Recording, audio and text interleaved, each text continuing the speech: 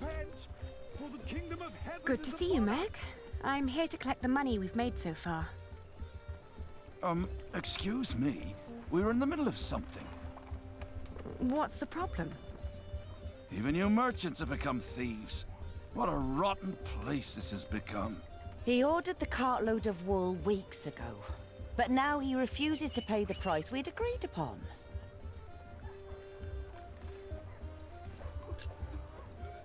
Let's think about why the prices are so high this year. So you can put more money into your pockets? Actually, the Earl has raised all fees. It costs more to pass the gate, to set up shop, to get a license, and to trade. I suppose. But the price is not as was agreed. Did you use a tally to record the price? But, are you with the sheriff? Just who are you, woman? I am the owner of this business. Oh. Here's our Harfaliena. Now, would you kindly hand me your part of the tally?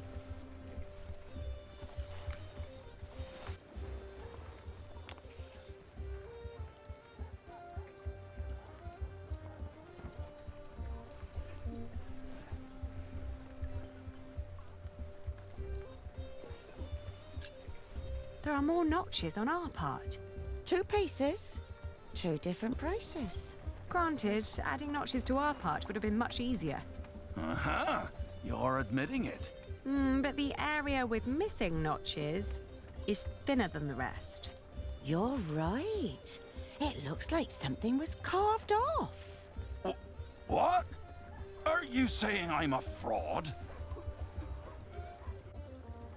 Look, times are hard for all of us. I won't report you to the sheriff. This wool will not make enough cloth for all of my master's servants' clothes. Let alone all the shirts he wants for himself. Whoever pays servants and wants to wear many shirts should be able to pay the price for quality wool like this. Quality? Yes, but it is not high quality. Now that you mention it, I see it. I cannot pay that much money for bad wool like this. Now he's doubting the quality. Fine. Then let me prove the quality of my wool. Just you try.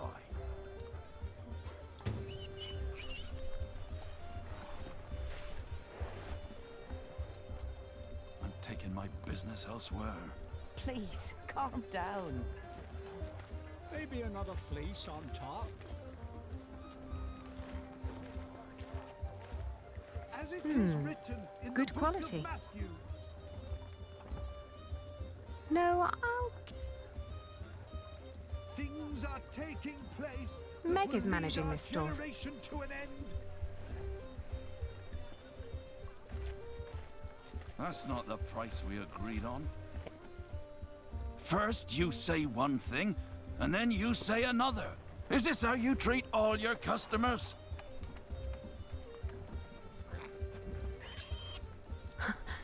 I'll find an expert and prove it. I'm waiting. Outrageous. Let's negotiate. 3. 3! You're trying to rip No, me I- off. Give I might- away for Let free. us work out a compromise. Come on. I thought you had more to spare than that. Daylight robbery. We agreed on the Taking half price. of my crops. You thought the Earl was bad Outrageous. before. Let's negotiate. Damn taxes. The wool is from King's. He's already...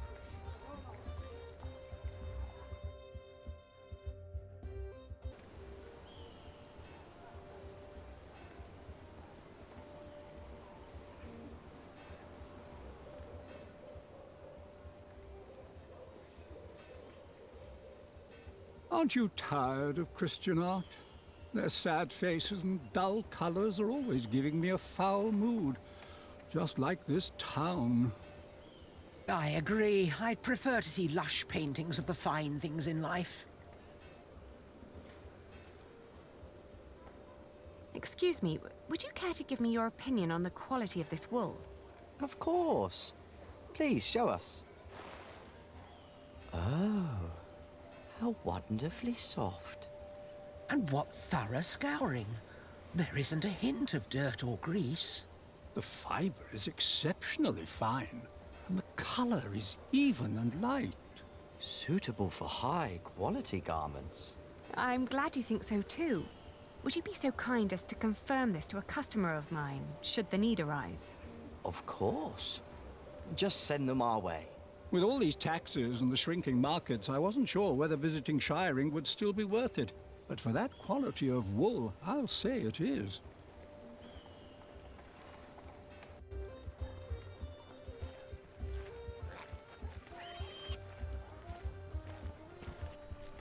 Our food is rotting. First, you say one thing. Is this how you...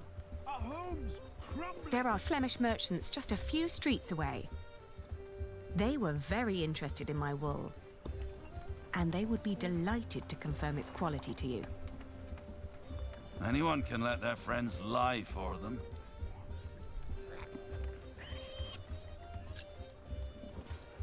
It is sad, but it seems we can't find an agreement. Keep your money, good man. We'll sell to somebody else. I was made an offer by the Flemish merchants, but I declined. I'm a merchant with principles, and we promised the wool to you. They'll be delighted to hear the good news. No, wait. Maybe we can negotiate. My master would not want me to leave here with empty hands.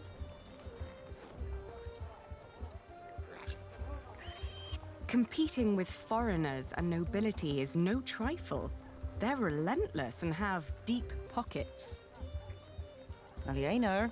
But if you prefer to take your chances, No, wait. I'm taking the wool, all right.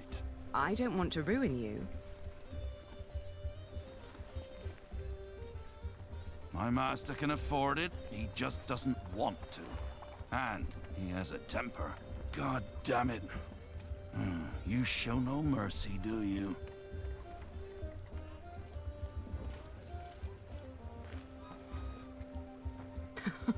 A pleasure doing business with you.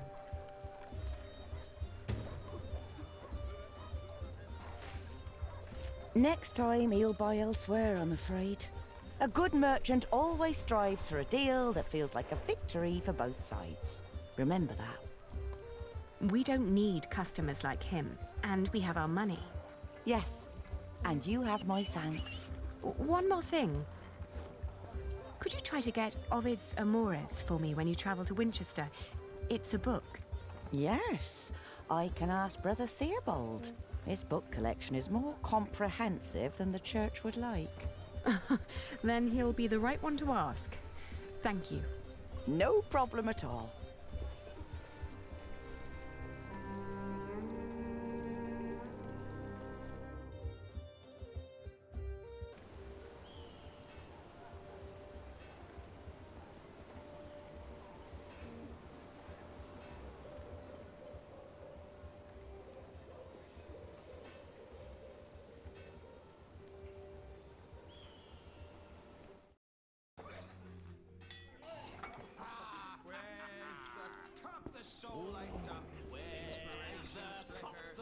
No, they're right over there. I found them.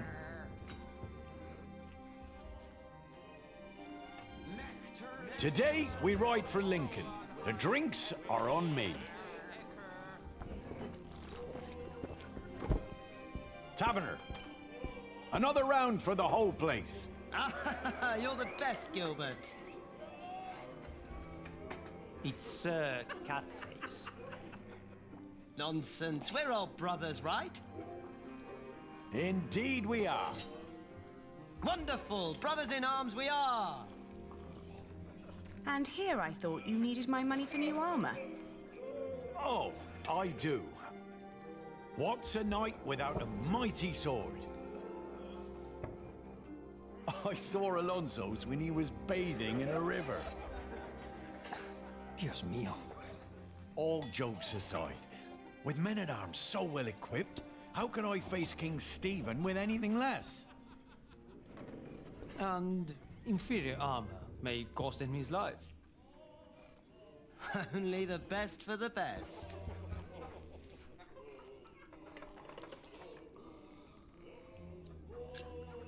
Could you be more responsible with my money?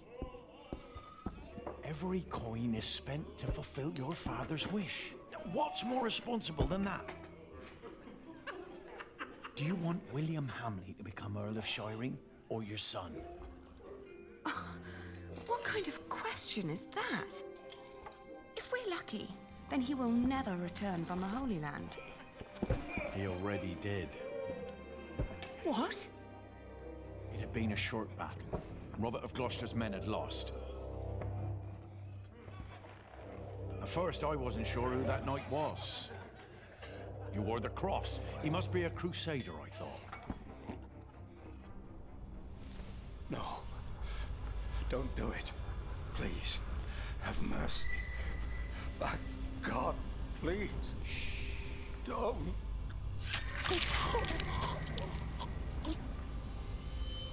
Then I heard our king calling out his name. William Hamley, join me. We ride. I didn't want to upset you. You what? We owe it to everyone to put this monster down. Not only to your father. William Hamley is a madman. Mind your tongue. You speak of the son of the Earl of Shiring. I pledge my loyalty to Bartholomew and his family, and there it shall remain. Percy Hamley has no right calling himself Earl. The son of Lady Aliena will be the heir to Shiring. Bartholomew went against our king and lost his title and his land. It's not wise to pledge your swords to a dead traitor. What did you just say? Oh, easy. You backstabbing turncoat. Calm down. Do you want to slaughter each other and help the enemy? Accusing me of treason. You're most loyal man at arms. It's me or the Hamleys. Pick a goddamn side.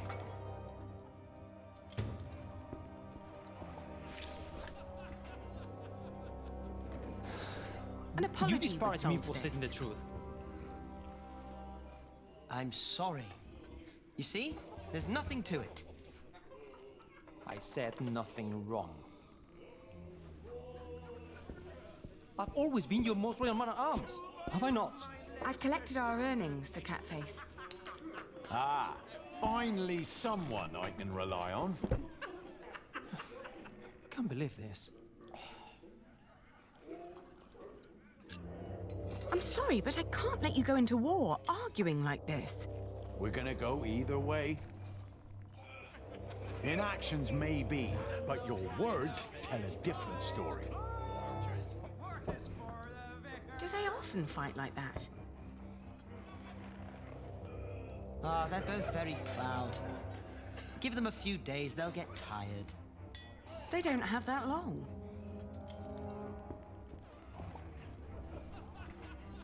I'm just trying to keep you grounded. I doubt that would help. How dare you defend that backstabber Percy Hamley and his blonde bastard of a son? That won't help. Percy Hamley's title is a fact, not an opinion. How would you solve a...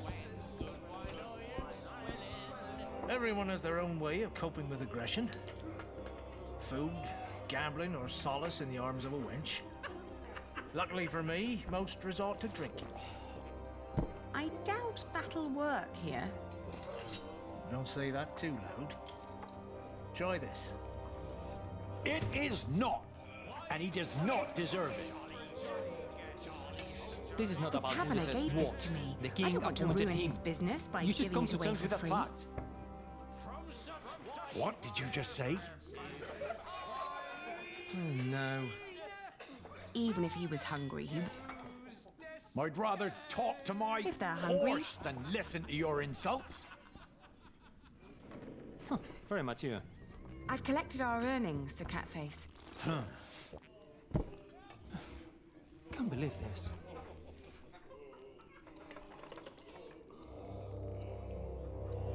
Do you want to say I something? don't have time to settle No, your fights I for don't. you. You're two adult men. Act like it. It's just a little roughhousing. Don't worry about it.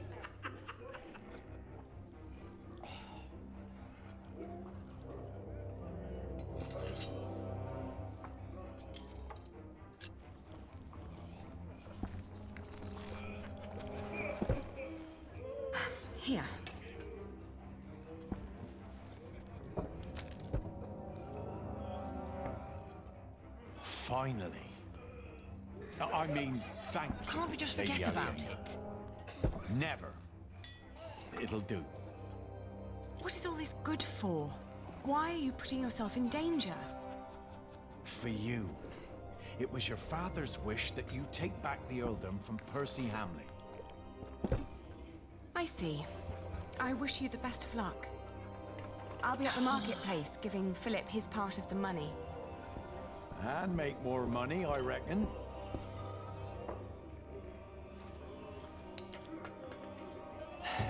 And again, you think money solves everything. Well, sure keeps you around. You think I do this for money?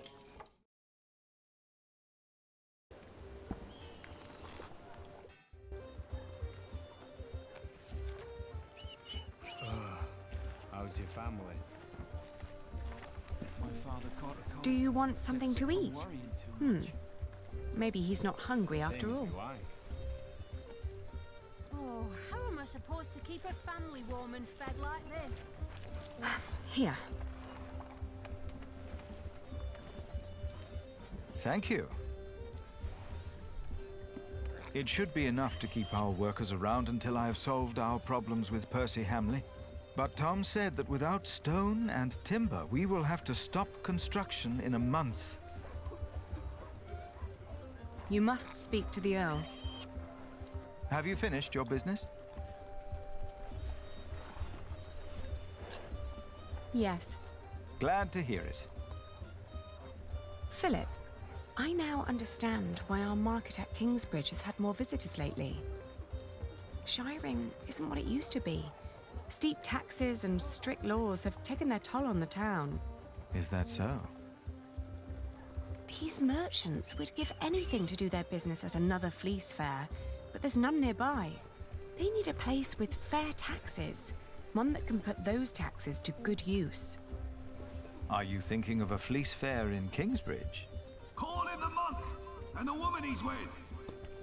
You, impatient monk. It's your turn. The girl, too. Me? What? Did you want me to come with you? No. We're not first in line, are we? Well, lucky you, then. Get moving.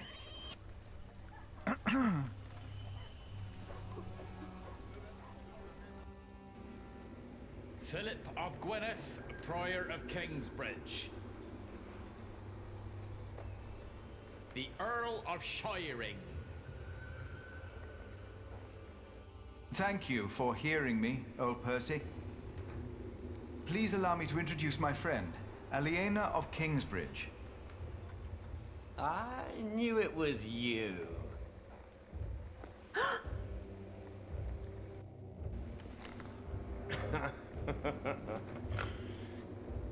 Oh, it doesn't sound like you missed me. I demand to talk to the Earl of Shiring. He has broken his word. You are talking to the Earl of Shiring. Bishop Waleran? The enemies of this earldom have taken Percy Hamley from our midst. Mother!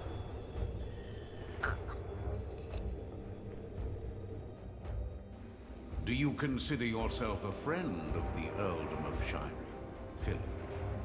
Friend? That damned monk is drinking the blood of my earldom! It is not for us to damn them, Lord William. But judge them we must.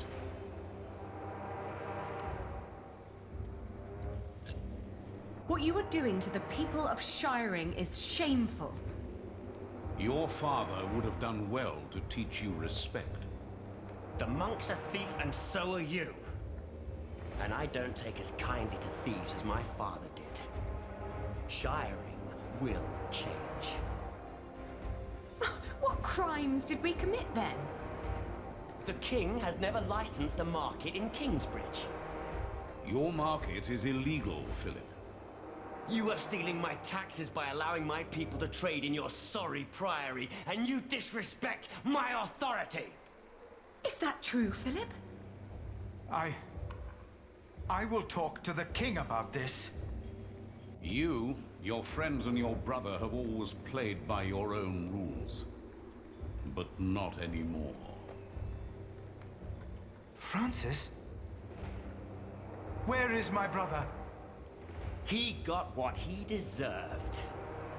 Where is he? Tell me! Fracture for fracture, eye for eye, tooth for tooth.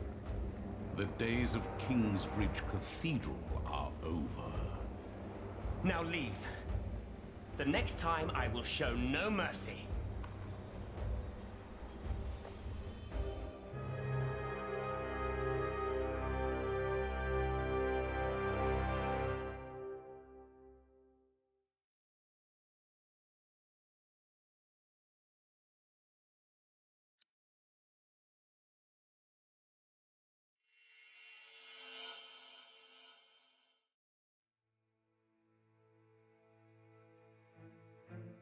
I had assumed that as long as the market was held within the walls of the Priory, and the taxes supported the construction of our cathedral, Kingsbridge would need no market license. I had made a foolish mistake. Now I had no option but to call on King Stephen for help. And as Aliena suggested, I joined the knights on their way north to Lincoln.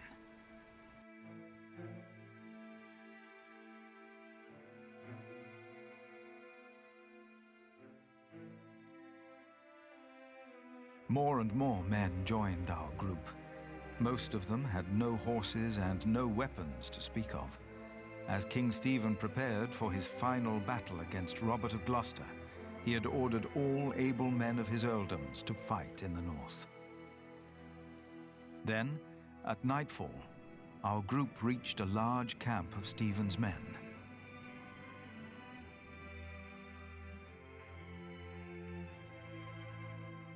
Many men asked me to pray with them. They were husbands, fathers, and children about to fight in a war that most of them did not understand. It was then that I witnessed Aliena's knight, Sir Catface, shouting at a man. The man was in tears, saying he did not want to fight and begging to be allowed to go home.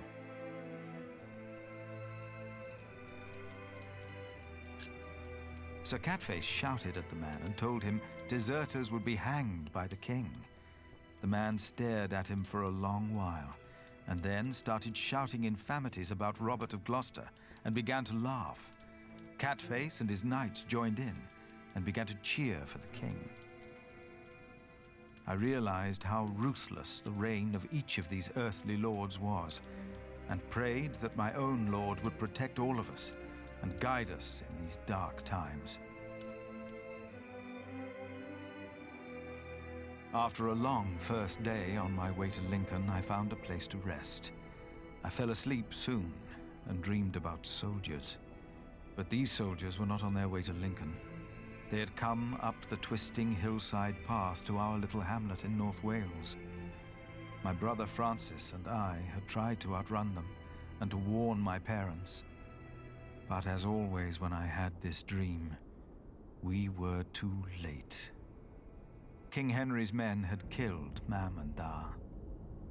Abbot Peter came to take us in, just as it had happened so long ago. But this time, in my dream, something was different. I was 6 years old then, and Abbot Peter had not yet taught us about God. But still, I asked the monk the question, why did God do that?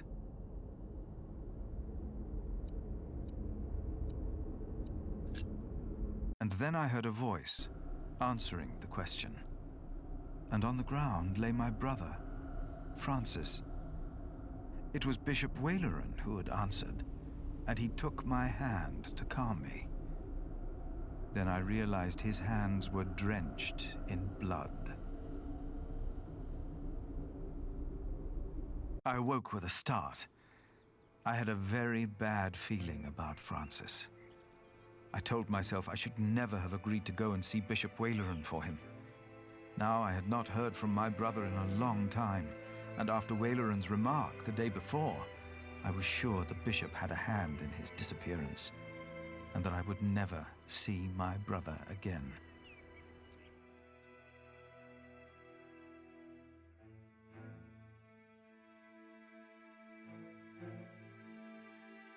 After what felt like an eternity, the sun rose and we continued on our way to Lincoln. As we moved, I remembered hearing that Bishop Waleran had been to Rome, and William had fought in the Holy Land. I told myself that King Stephen would eventually see these men for what they really were. He had to.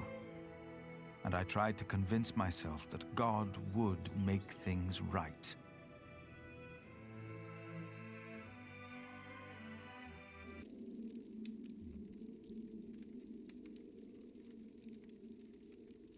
You are late. Is it done? Yes, my bishop. Their builder is dead. What about the saint?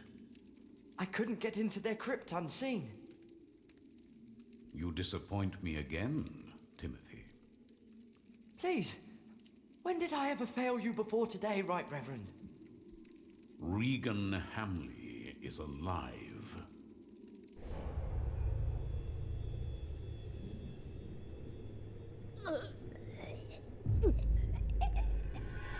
She didn't. No. Your poison has left her in a deep sleep. When the time is right, I will send our Earl of Shiring to finish what I asked of you. Kingsbridge will fall.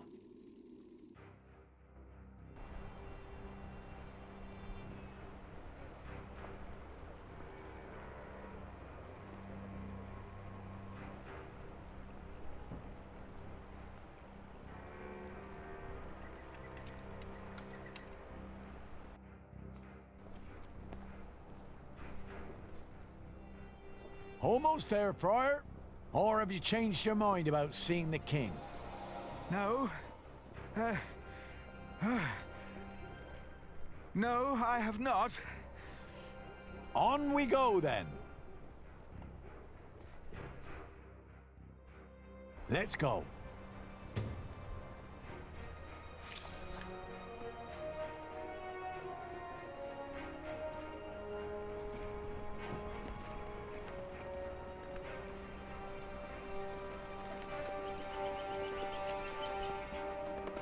Wait.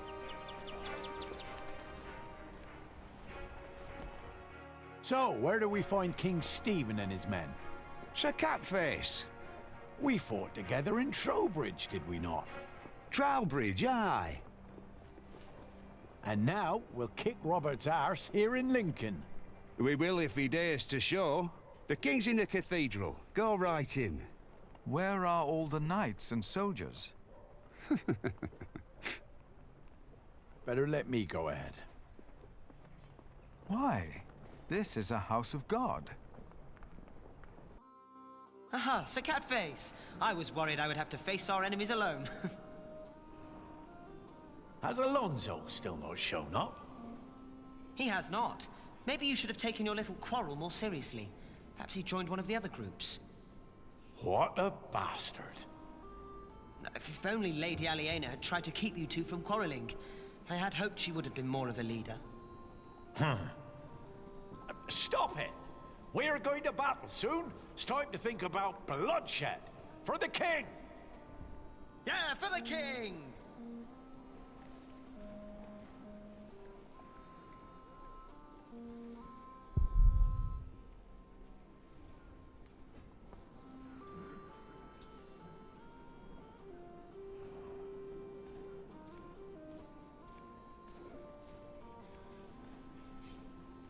Mercy and truth preserve the king, and his throne is upholden by mercy. Is it now?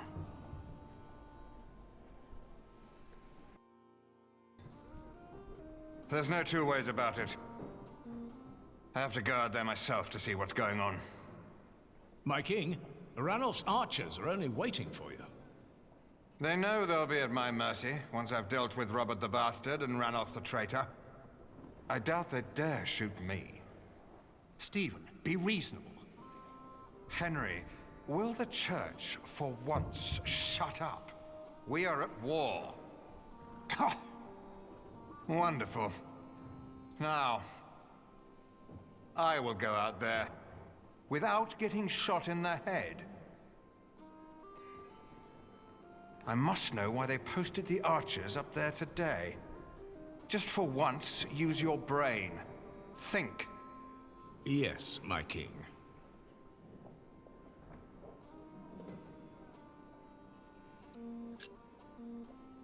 My king? You? What are you doing here? Have you come to atone for having your monks write that heretical book? No, my bishop. So you continue to doubt your bishops, your pope? Henry. How dare you show your face here? Henry! I told you I am not to be disturbed. This monk should be thrown into a cell. Maybe then he will see reason. What? Because he doubts your miracles? I have to admit, having someone walk over red-hot plowshares, or putting his hand in boiling water to prove he's innocent, is entertaining. I give you that. Stephen! But the monk is right, of course. There is a tendency that your miracles conveniently happen when the church needs them most. Whoever believes that to be a coincidence, or miraculous, deserves no place at my table. What is your name, monk? Philip of Gwynedd. I will make sure my brother won't arrest you. If anyone will have you arrested, it's me. My king, I have come to see you. I have no time for you. Unless you know a solution to my problem. There are archers outside, probably looking forward to killing me. But I have to see what's going on out there with my own eyes, without getting shot. If you have no solution for my problem, better not waste my time, or I will have you arrested.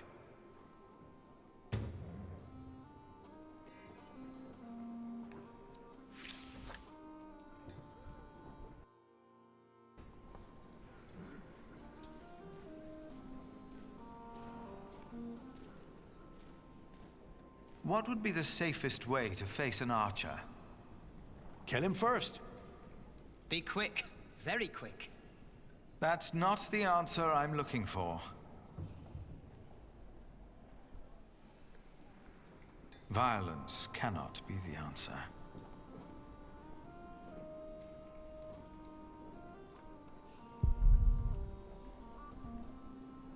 They are already praying, but I doubt that's...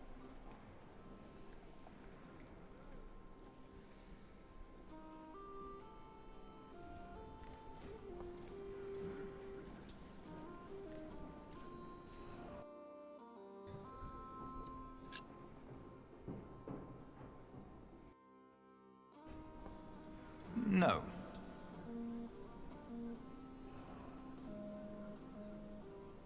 Mercy, and is it now?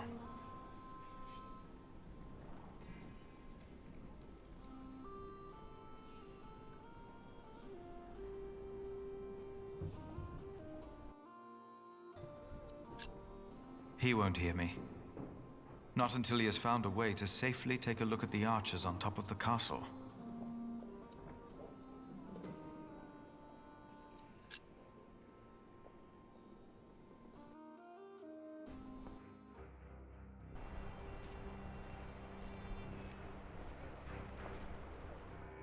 Our king's advisors believe it would be dangerous for him to stand out here in front of the archers. They're right. They are? Don't worry. They won't waste their arrows on monks and peasants. But the king would definitely be a tempting target. Would end the war in the blink of an eye. I wouldn't hesitate to shoot the bastard of Gloucester either.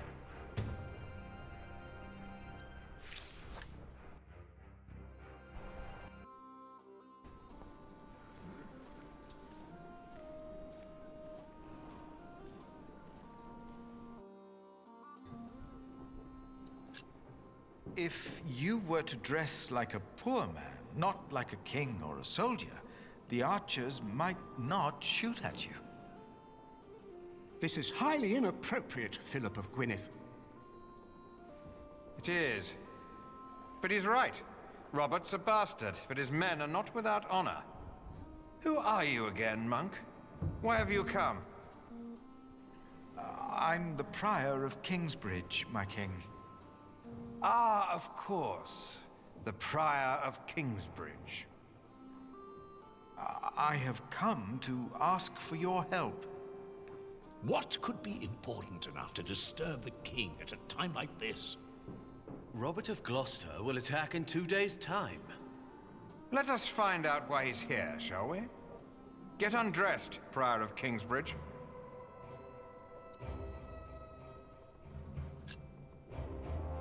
My king... Don't be shy. It was your idea, after all. Ranulf's men have been nervous all day. Now, why is that? It's such a simple wall. And yet, they could stay holed up in my castle for another month with all these men. So why have the archers out at all? They'll be safer inside. They don't have to stand up there.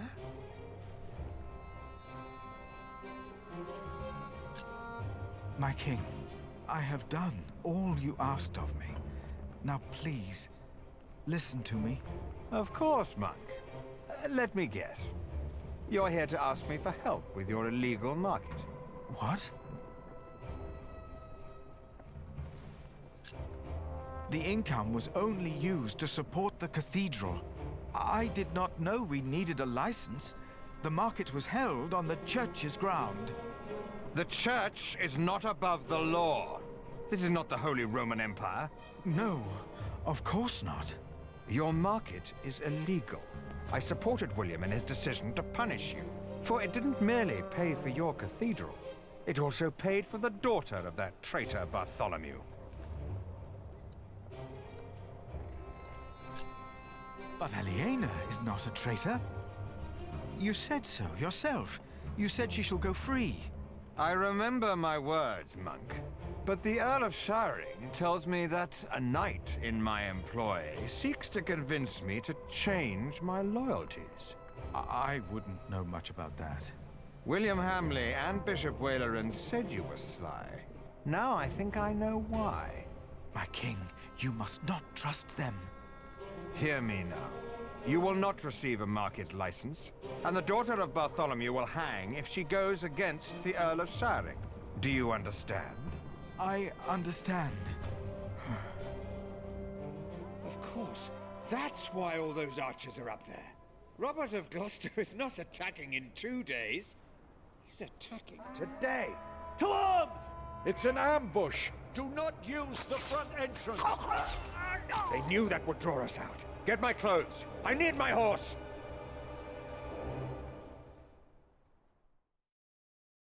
As Stephen and his men went to face the approaching army, his brother, Bishop Henry, urged me up to the top of the cathedral. His fear had made him forget about our dispute.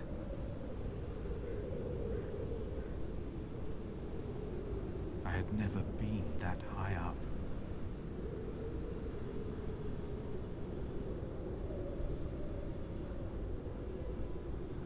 Pray with me, Philip.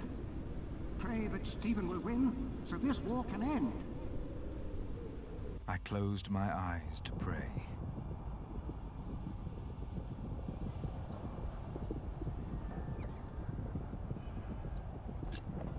And I forgot about Kingsbridge, and the market, and what I wanted. I simply prayed for peace. And as I did, I realized that ever since the dream about my parents, I had not prayed. What if, as in the dream, my prayers would not be heard now? I begged the Lord to make me see. To make me see that he was there. Philip, look! I was too far away to understand what was happening. Robert's men, They're winning! Stephen is lost! It felt like the world was spinning under my feet. I was afraid that I would fall. I closed my eyes. And then I saw.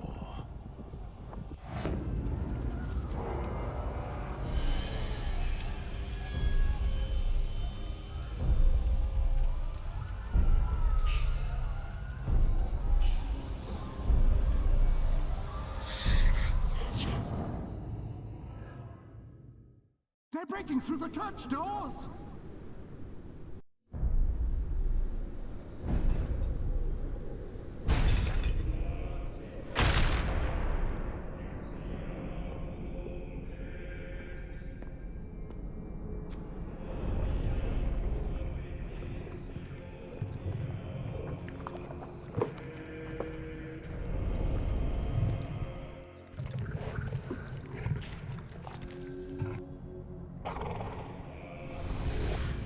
Where are the women?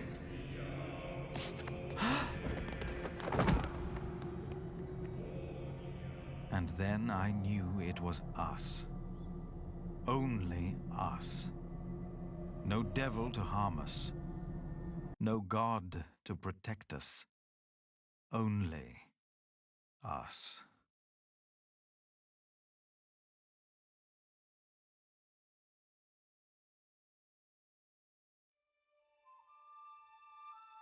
Philip was gone for 2 weeks. We had no idea what had happened to him.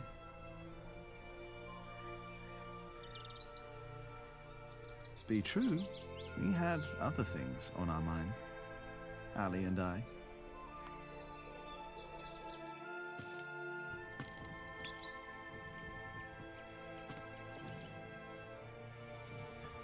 Are you sure we're alone? Right now, there's only you and me.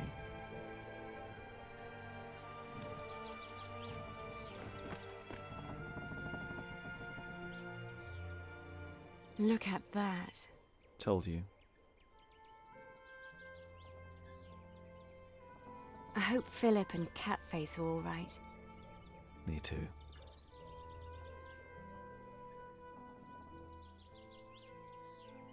Say, Jack, have you read our book? What about you? What did you think? I thought you said No, this is Philip's fault.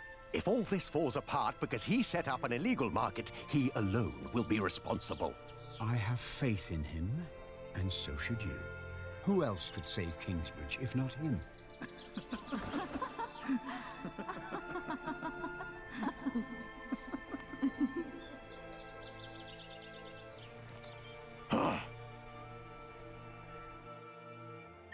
Do you still remember the text? Well, do you? Well...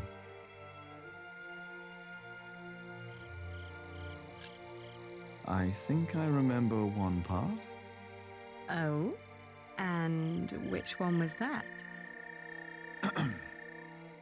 Before me, she stood, her clothing set aside.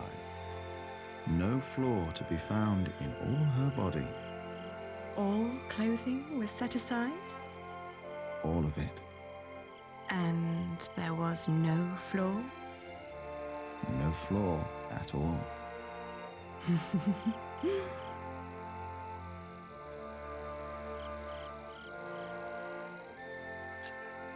Oh, his shoulders and his arms I saw and I caressed. And then his chest, a form made to be felt and touched. Careful there. Oh, oops. Sorry. Don't be.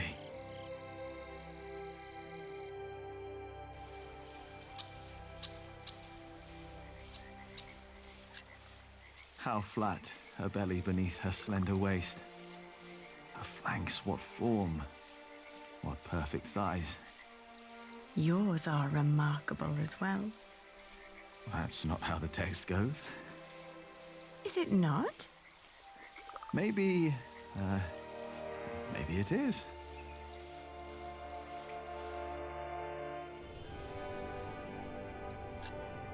Why recall each aspect?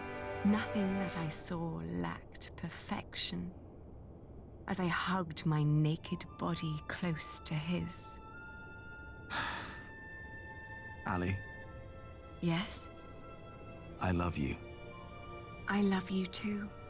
I always will.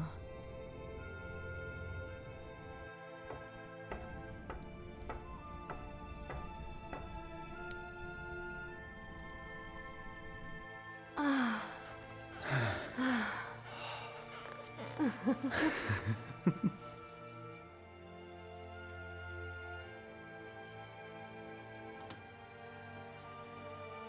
Did you hear something? No.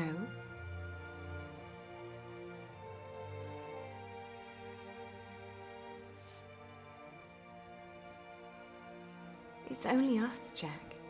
You and me. It is us.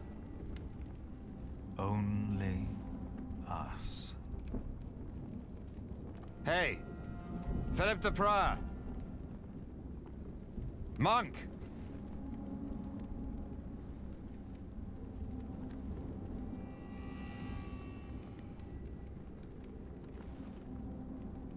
That's better. Never let them see you weak. Stand tall.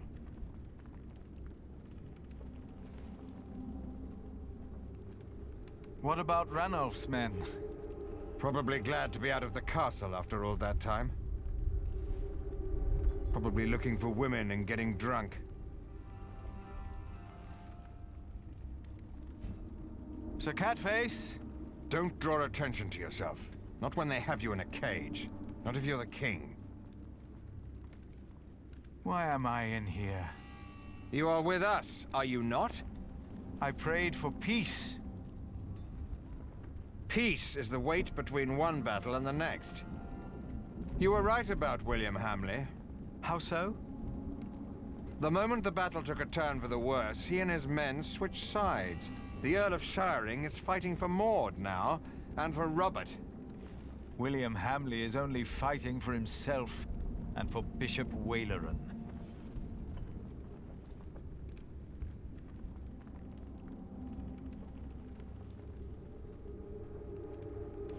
It's getting dark. It's not the end of days. Are you sure of that? I'm not finished here yet, so yes, I'm sure. I will grant you your market rights, the same as Shiring. You will? Why? You were right about William. But you're not king anymore, are you? Before too long, the throne will be mine again. Assume I granted you these rights before the battle was lost. Do I have your word for it? I will let our Empress Maud know about you. Hold your market. Stand your ground. William Hamley will have no legal way of going against you. I will tell the guards there is no reason to hold you any longer. What about you? My loyals will make their moves. The game is not yet over. I ordered them to capture Robert to make an exchange. Maud knows it's not over. She'll savor each day that she has me under lock and key. She is her father's daughter, but the throne of England is mine. If you want peace, if you want to save the lives of the innocent, you have to give up. Never. That's the only thing I'm not good at. Then there really is no hope. Guards! Release the monk!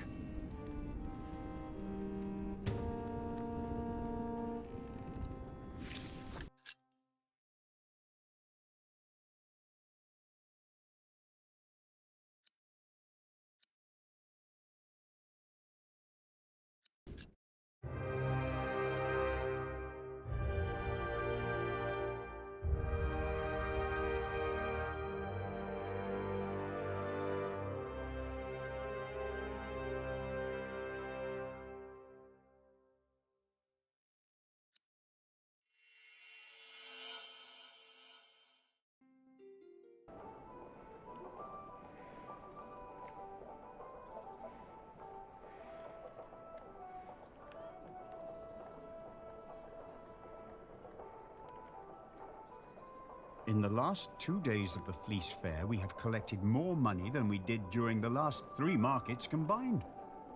Is the Earl of Shiring not opposed to us doing a fleece fair of our own? The law protects us. And our lord. He is. Our time of trepidation is finally over. It will never be over. What did you say, Philip?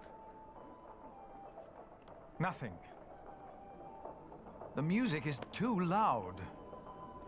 Our prior is right. The display out there is not appropriate for our monastery. The fair will be over soon. And by then, Kingsbridge will be self-sufficient.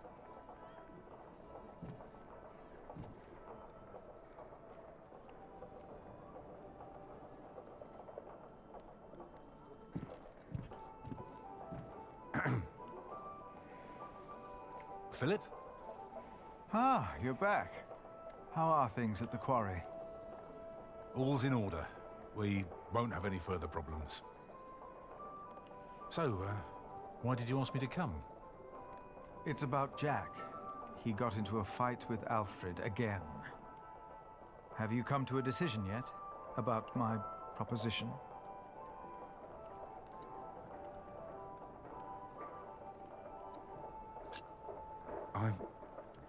I'm not sure. Jack can already read and write, and there is much more we can teach him here. What does his mother think? She may never agree to marry me because of this. She believes I'm favoring Alfred. But Alfred is the master craftsman. I taught him since he was 6. Jack is only an apprentice, and the two can't go on like this. No, they cannot. He wouldn't work on the cathedral, but he could stay in Kingsbridge. He could? I have no choice. I want the best for my children. For all of them. Of course. Let us talk to Jack, then. Yes.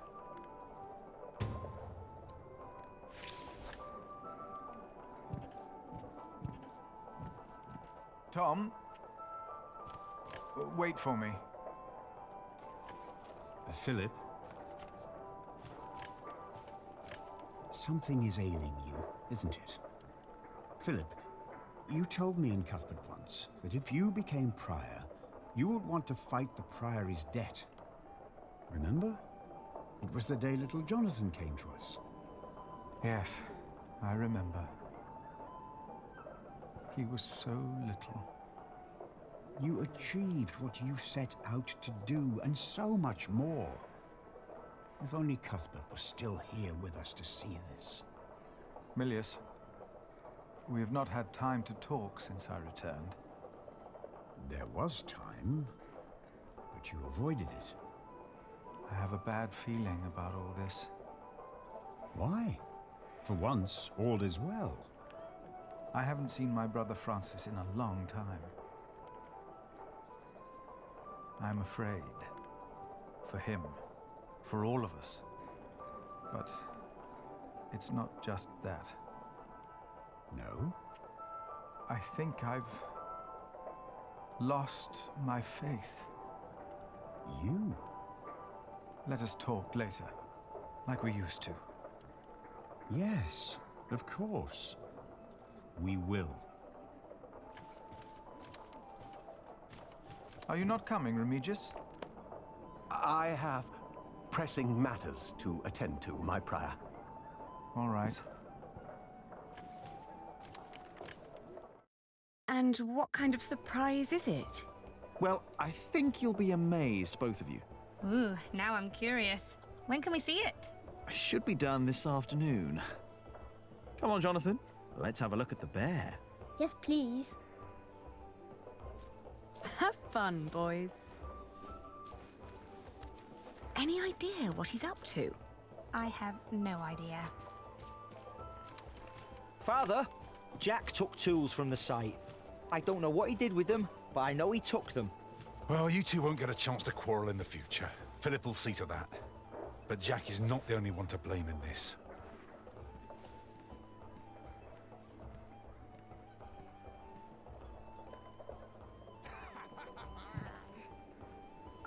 By the way, I've heard from Sir Catface. Is he all right? The message didn't say, but I assume he's fine. Why's that? He says he needs me to buy him a new horse.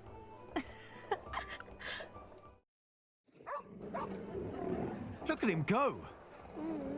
Are you sure you want to see this? Of course. What a show. Why did the bear and dog fight? It's in their nature. The beast that is more clever and stronger wins.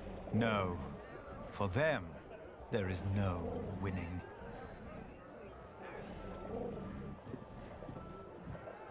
Jonathan, come here. You shouldn't have brought him here. It's dangerous. I'm always doing something wrong no matter what I do. If Alfred had brought him here, I bet there wouldn't have been a problem. There would have. Maybe it's better if you and Jonathan go.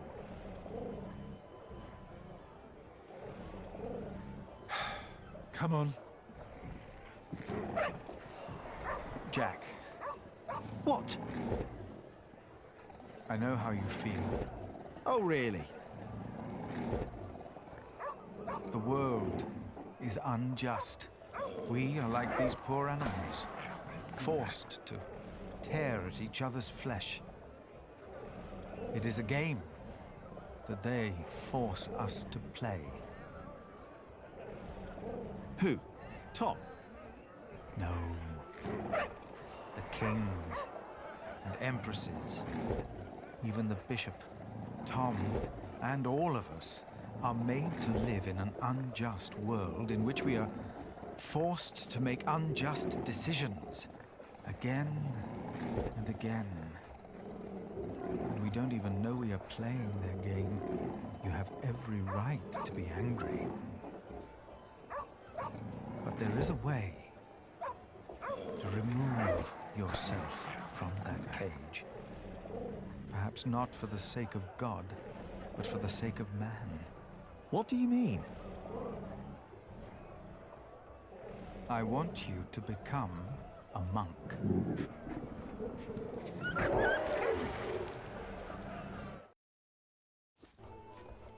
Wait! Don't go wandering off on your own.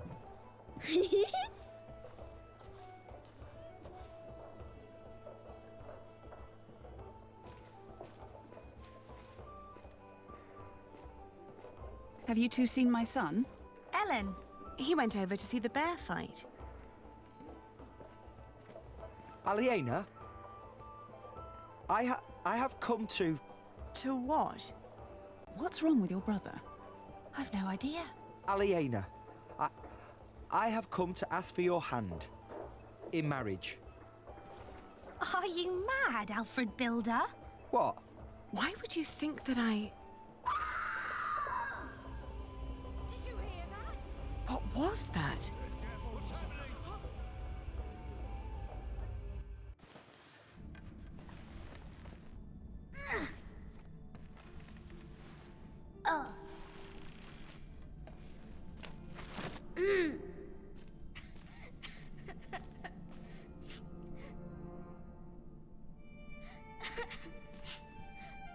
Oh, now. I'm here.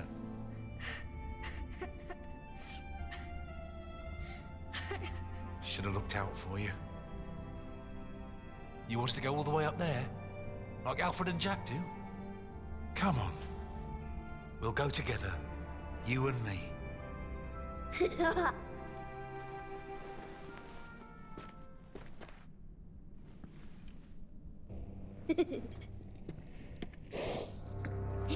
So, this is it then? Who's that man? I am the Earl of Shiring, boy. Stay with me, Jonathan. Now, while my men inspect your market, tell me, where is your saint? The crypt. Speak up! The crypt! I heard that your master builder died in an accident.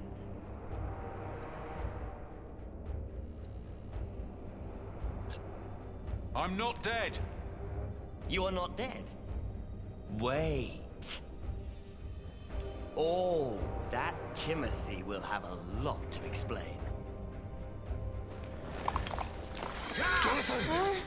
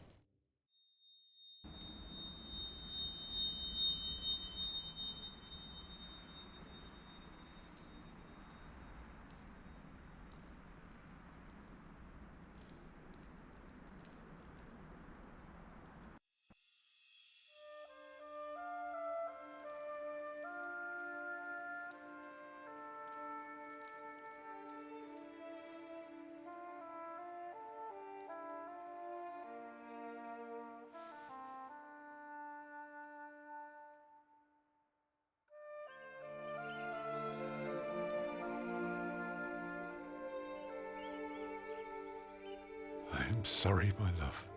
I am so sorry. All is well, my husband. Rest now. Rest.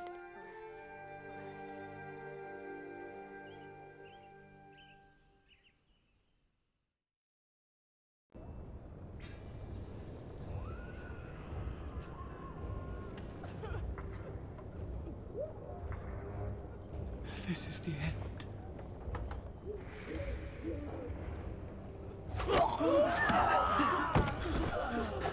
They were burning by God. They were on fire. Where are the others? They're going to kill them! Aliena! Milius locked the door. From the outside? Is he still out there? No.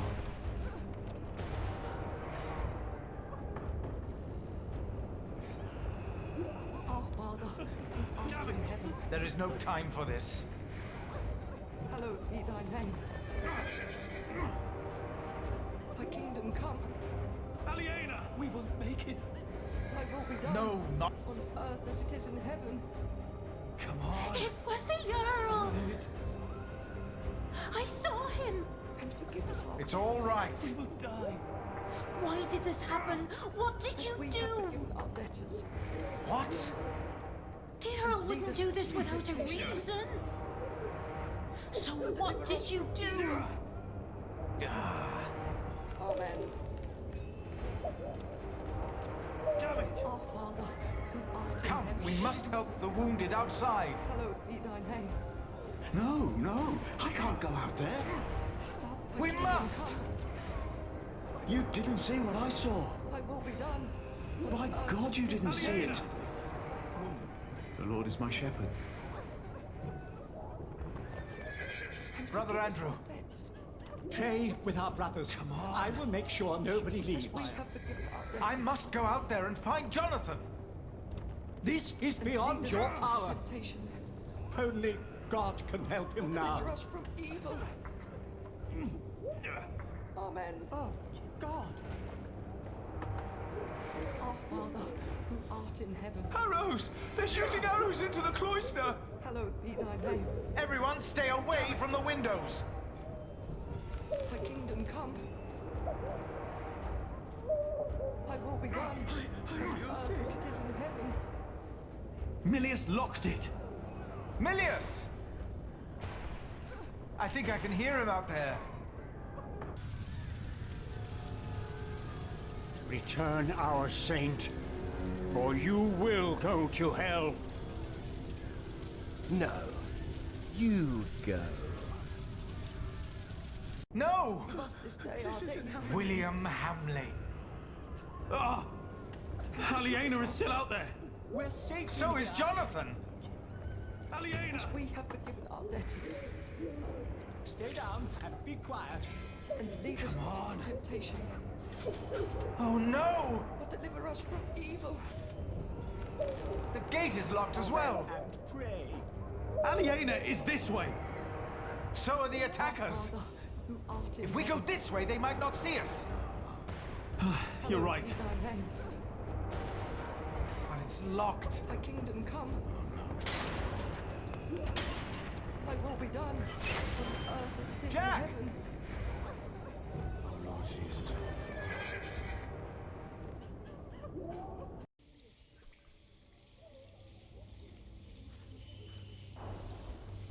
Jack? Jack! No! I won't leave him! Oh, no!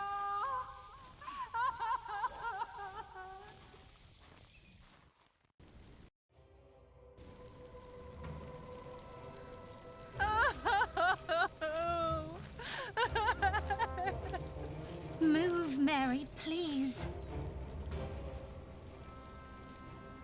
We must leave him here. No!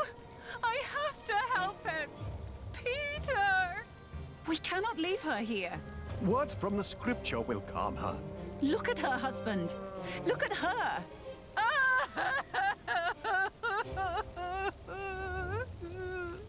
Your words won't do any good. I won't allow you to poison her, woman.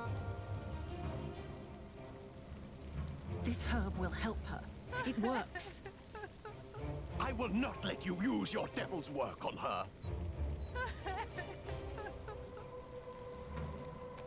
I have herbs for her.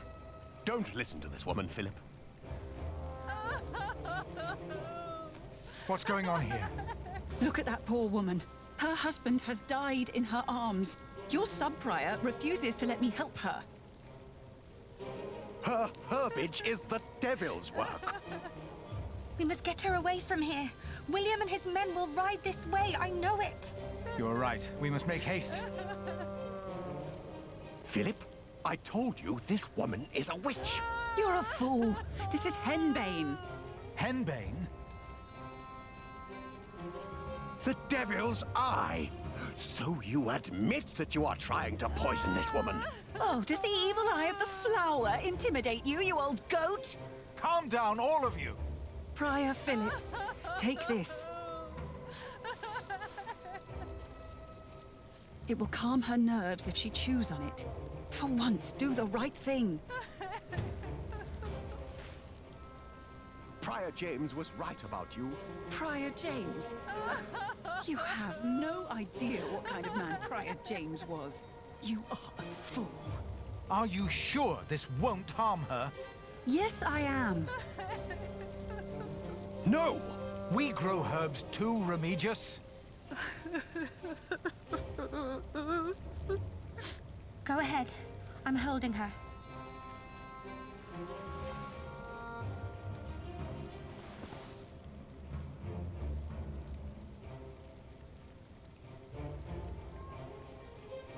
It's working. I told you, maybe I was wrong about you, Philip. How could you do that? Oh, piss on you. They're coming. We need to move now. It makes no sense. Why would the Earl of Shiring do this? Shut up, or they will kill us all. It's them. Shh. Shh. Shh. Be quiet, please. Look at him. He did quite well. He got pretty far. There was someone here with him. Hugh's right.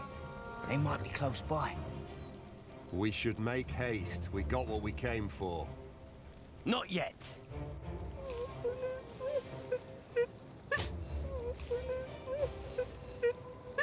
Walter, why do I get the feeling you're upset? We didn't have to do this. We came for the Saint. They deserved it. Like this ugly bastard. Kingsbridge defied us for the last time. That monk, the bitch, and the bastard she's fucking.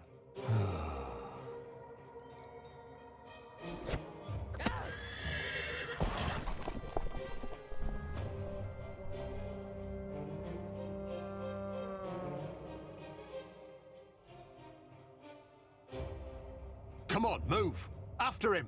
But William said... I said move!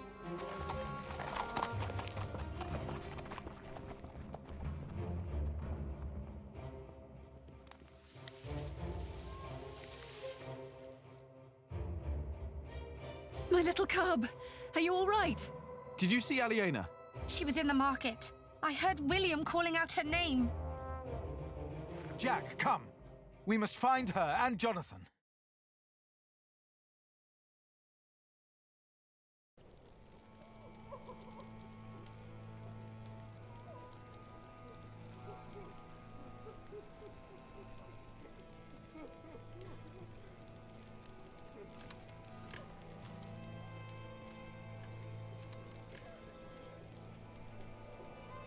Dear God. Oh. No. Aliena! Aliena! Jonathan!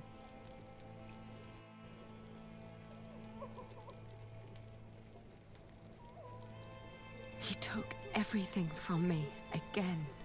Aliena! No matter what you do, no matter where you go, I will find you. Every time you think you're safe, every time you play house, I will find you. And I will crush you. Now, kill them all, and make her watch.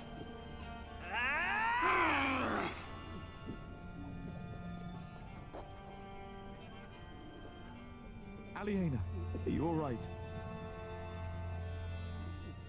I swear by Almighty God, and Jesus Christ, and all the saints, that I will take care of my brother Richard until he has fulfilled his vow.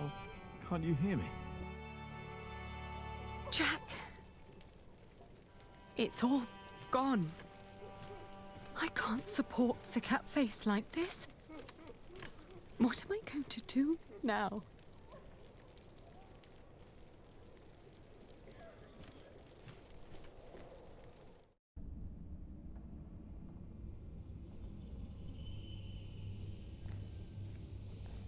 Tom. Oh, God. No.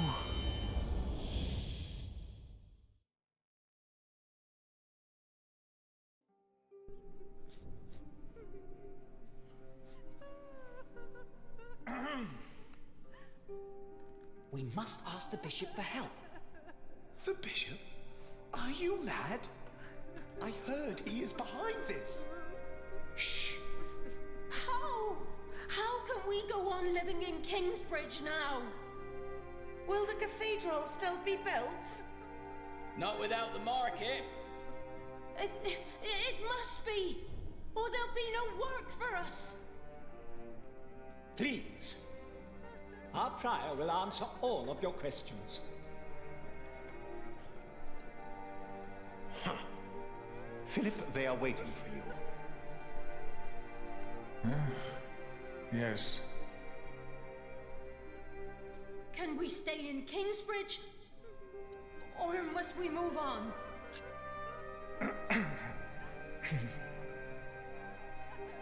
Too many people have died. Many were injured. Among the dead is Tom Builder. No. He died protecting our little Jonathan, for which I will be eternally grateful. Tom Builder is dead. What will happen to our cathedral now? 2 of our brothers have perished. Brother Arnaldus.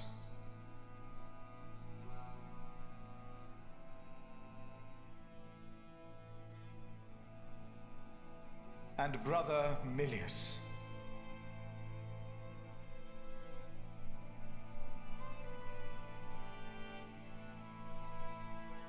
He rests by Cuthbert's side now.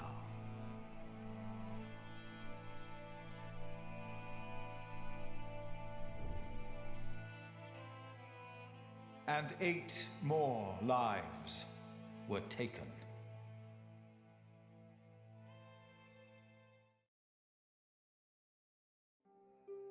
Will the Earl of Shireen be judged for what he did? He must be! Yes, he must! What about the Saint? Where is the Saint? Adolphus will protect us. It would be better if you answer their questions. Please tell us what to do. Brother Andrew is overseeing the repairs. And we will be able to continue the construction of our cathedral.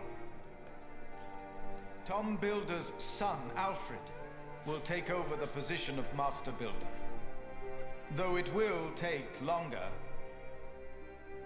for we will not hold a market again. And I am happy to welcome a new novice. Most of us are familiar with him, so I'm sure we all can share the sentiment that he will be very welcome in our priory. Jack.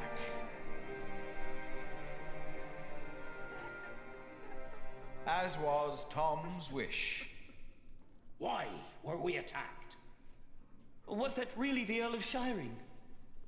And the Saint? Yes! Yes, what about the Saint? He will answer your questions. All of them. Is he not well? He looks pale. This attack...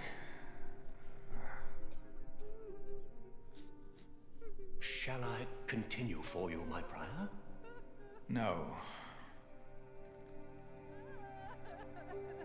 This attack was a great tragedy. I cannot think of why anyone would do that to us.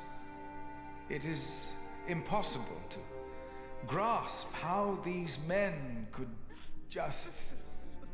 You went against the Earl of Shireen! He said you defied him!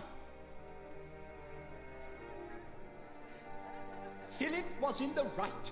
We had a market license. Our prior was in the right, but we all knew what kind of man William Hamley is. Defiance will only lead to more grief. I agree. You should be more careful. We must never again hold a market. No. No, we must not. Will Saint Adolphus protect us? He was stolen. Is that true? Has the Saint been stolen? They all had to die for the market. Please tell us. Tell us what will happen with us. With Kingsbridge. The rumors you have heard are true. The remains of Saint Adolphus were stolen from this crypt. Oh, we are doomed. The Saint's It gone. was them. William Hamley stole him. Why? Why? Milius died to protect the Saint. I saw it. Why is he not answering? Please answer. Why is he not saying anything? How will we go on? Why is God doing this to us? Answer them?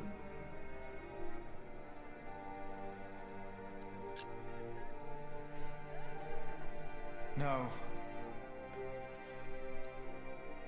I cannot give you confidence. The stories of how God tested the faith of his followers. I see now how true they are. I think you do as well. I am asking myself, where is God? Why did he not prevent all this? I do not know. I have no answer.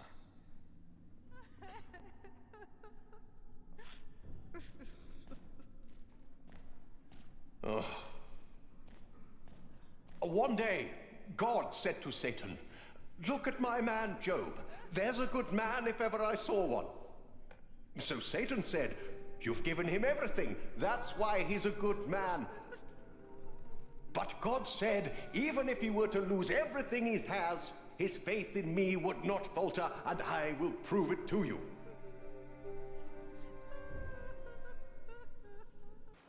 You will burn in hell for this. What? I defeated your greatest enemy. It was a holy mission. It's not up to you to decide that. Even your father would not have been that foolish. I am not my father. They saw you. They know that the Earl of Shiring is a murderer. What if my allies in Kingsbridge were hurt? What then? Absolve my sins. Only if you announce your loyalty to King Stephen. No, Stephen lost. He is weak. Bishop Henry will not approve of me giving absolution to a supporter of Empress Maud. Are you a man of the church or not? I am. Then do as you are told, and never defy me again. Is that understood? Yes, my bishop.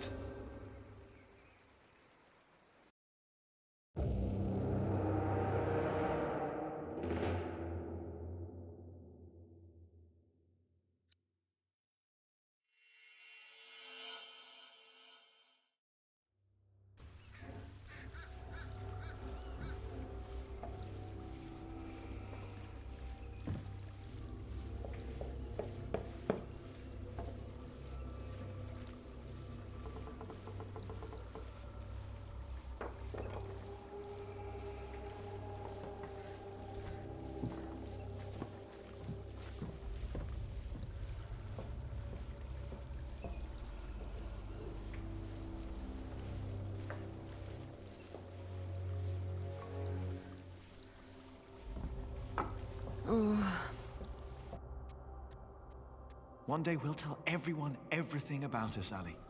All of them.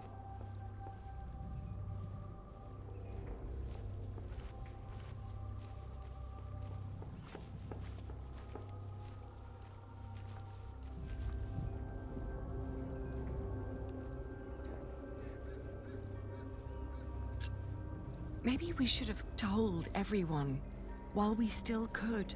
Maybe there would have been ways to make it last.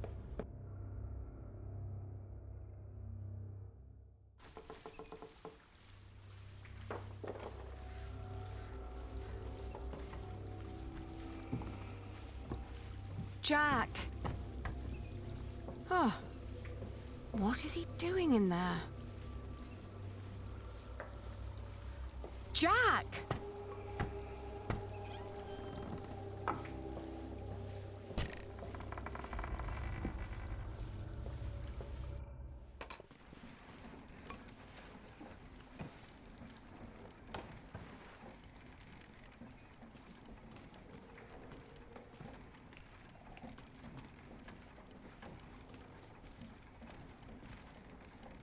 Oh, Jack.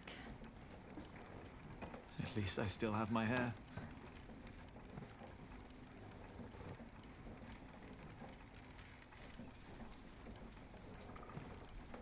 Where can we go from here? Anywhere we want. What is this? I told you I had a surprise for you. Remember? This is it. What is it? It's a first version of a fulling mill. It's fulling the cloth all by itself using the motion of the water wheel. Yes. What do you think? You'll be able to sell even more cloth, not just wool, like you wanted to.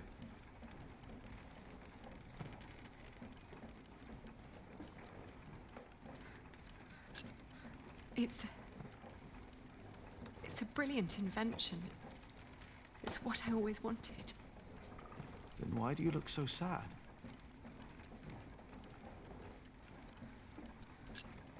Because Because there will not be another market. No, not in Kingsbridge. We will go someplace else then, where he won't find us. He will find me, wherever I go. You can't just give up. I'm not giving up. And I'm not running away. And because I'm not running away, there is something I have to tell you. It's not what I want to do. It's what I have to do.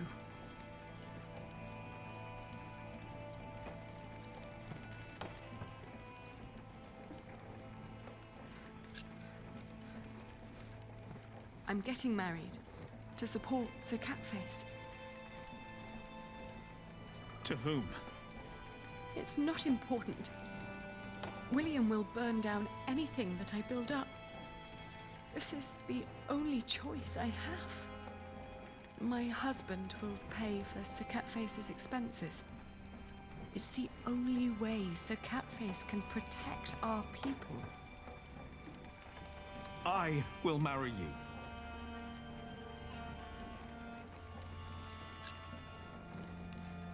This is not about what I want. William Hamley did not kill all those people because the bishop told him to, or because of Philip. He did it because of me. I need money to support Sir Catface, not just any husband. Any husband?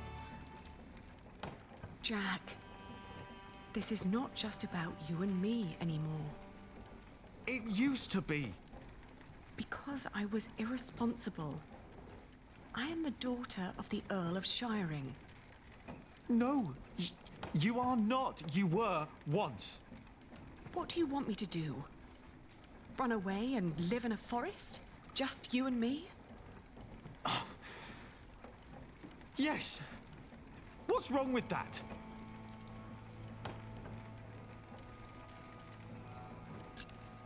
Do you think I want this? Did you not see what happened here in Kingsbridge? You know I did. But you hid for days while we buried the dead. What for? To build a machine we can't use? Just doing what you feel like is not the most responsible choice. Who do I owe being responsible? We owe Kingsbridge, Jack. And I owe my family and my people. And what about me? You became a bloody monk. It's the only way they would let me stay. I know, I know.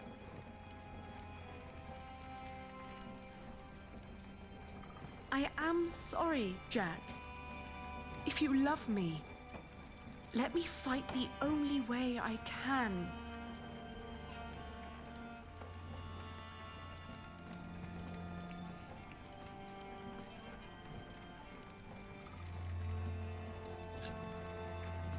Who is it? What? Who are you going to marry?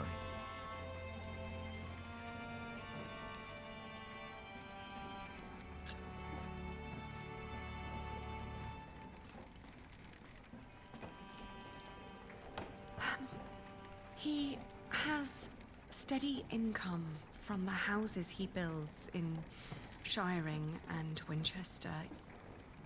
And he is a master builder now. What?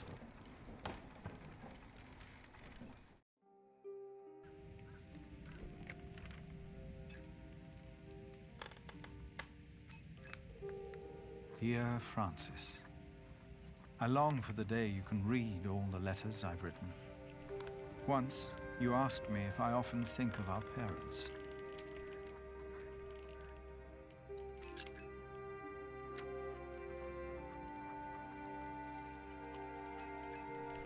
I do. And I often think of the day they were killed. And of how Abbot Peter took us in. Peter raised us and taught us about God. We grew up in the safety of the monastery.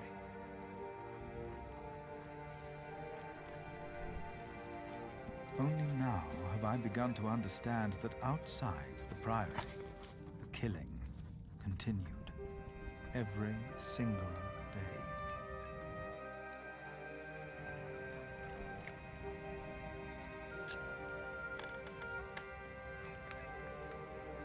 I have come to believe that if God was just, he would not allow all the pain and bloodshed. A few days ago, William Hamley and his men attacked us. Many died by their hand. Milius is dead. First, I believed I had brought the devil to Kingsbridge, for I thought I had seen him in Lincoln. The last few nights, I did not sleep. I was afraid that in my dreams I might flee from his grasp in blind terror toward the river and drown like Prior James did. But I know this is not the work of the devil, but of man. But why does God not put an end to it?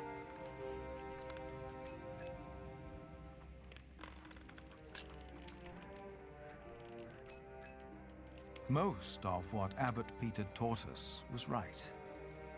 For he taught us about living in seclusion, away from sin, away from want, away from the world that turns man against man. I know I blamed you for what happened after we got involved with Bishop Waleran. I do not anymore.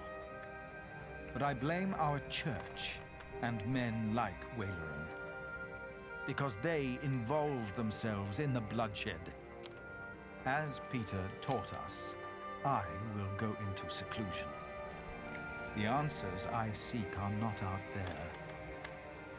Maybe I will find them in here. Where are you, Francis? Put that away! Stop it immediately! No, Jack! Oh!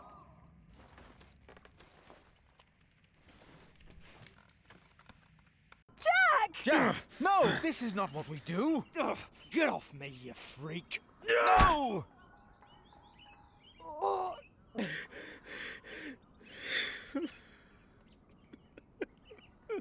Jack! Take him away! Lock him up!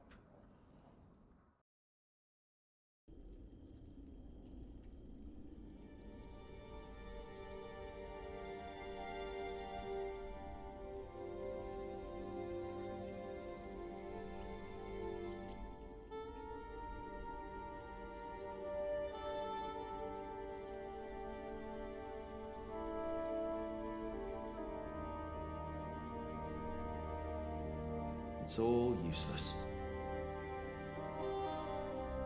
No. It's all... No.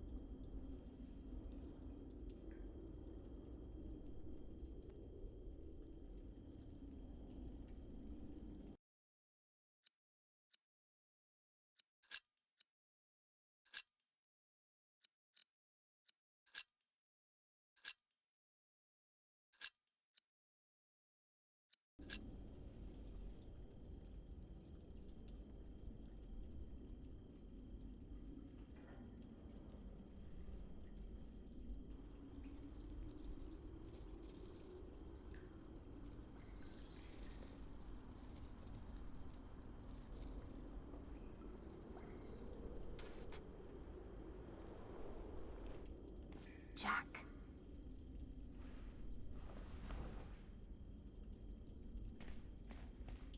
Mother? The water duct runs right under the cell. Look for a loose stone in the floor. It'll sound hollow. What? How do you know that?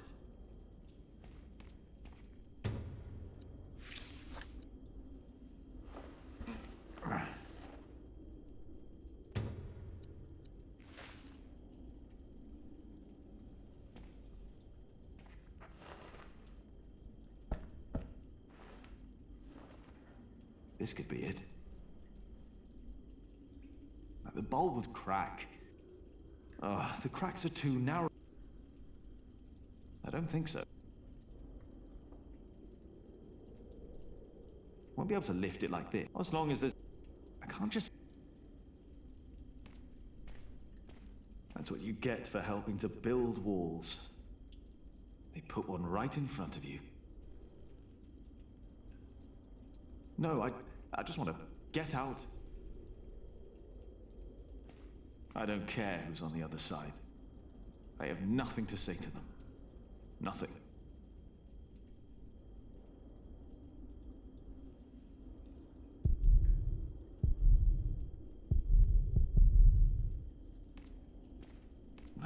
I won't fit through there. No, I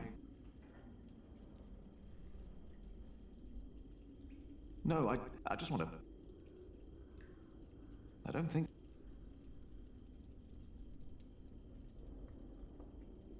This one looks easy to pry out, but not with bare hands.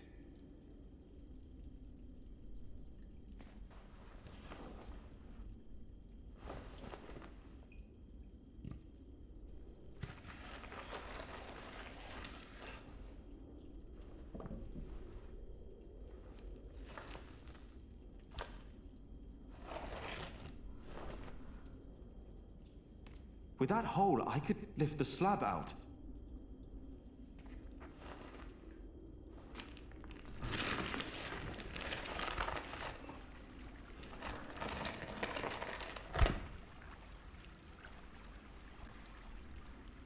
She was right.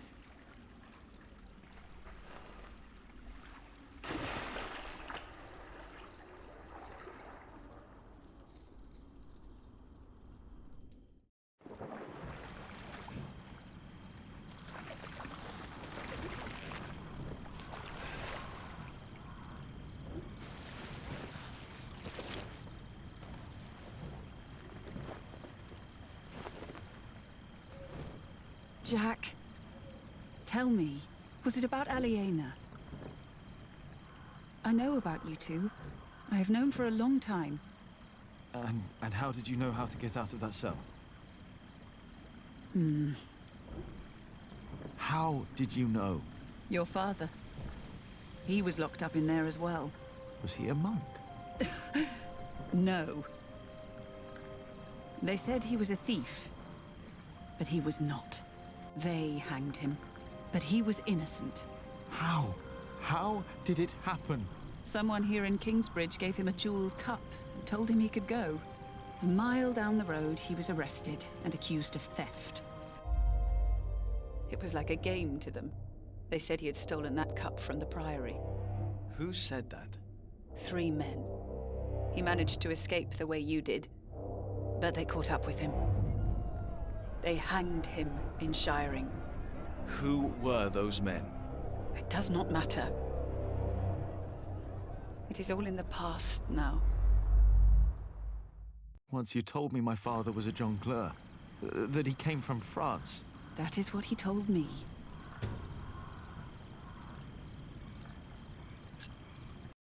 You want to leave? What if I have family there? There must be someone who remembers Jack Sherberg, right?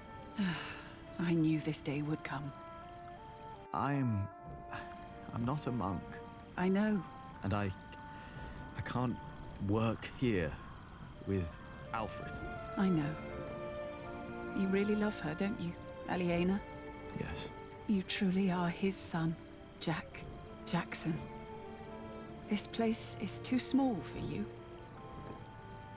After your father died, I went into the forest to get away from it all. But if you live like an animal, then they treat you like one. Do not let them, ever, find your way in the world. And when it leads you back to me, I want to hear lots of new tales. Of course.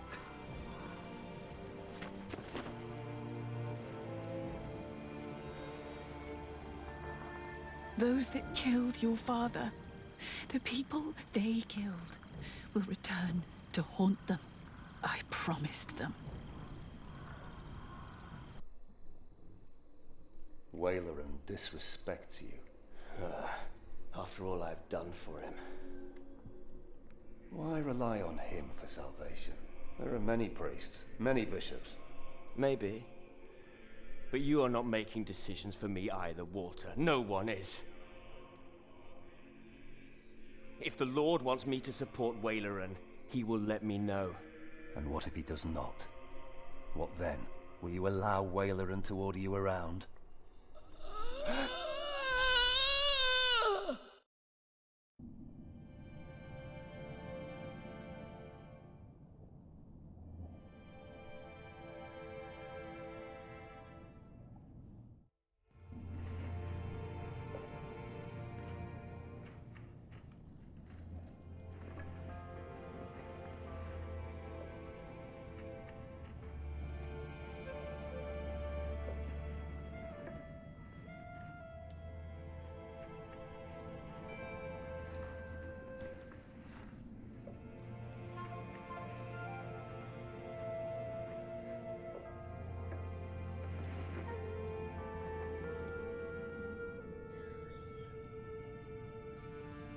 Whew, it's getting cold.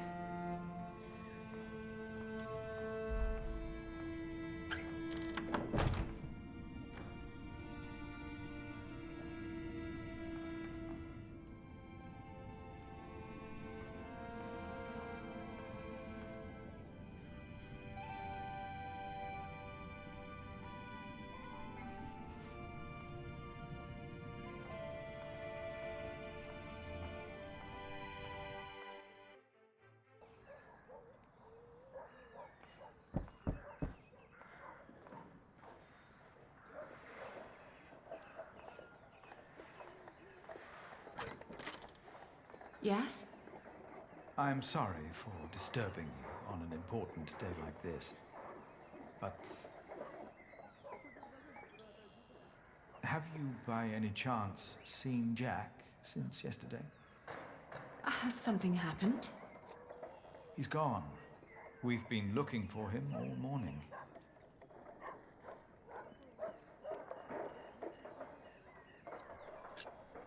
No, I haven't seen him.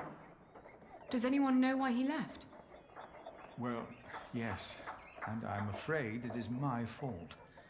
I had him locked away. But in the end, I just punished anger with wrath.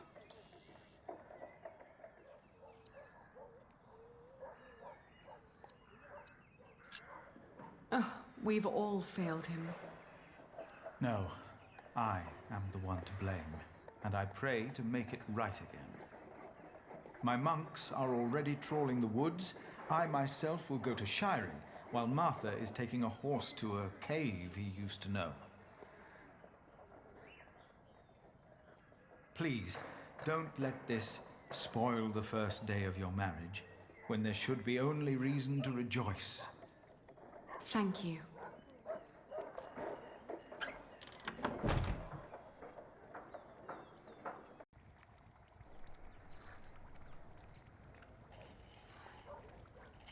They still haven't found him? How long has it been? 3 days. Well, I think he's gone for good. Never made it easy for anyone, that bastard. Then he runs off. Woody and his family's sick. Are you hungry? I think I'll prepare some food. Great. I'm starving.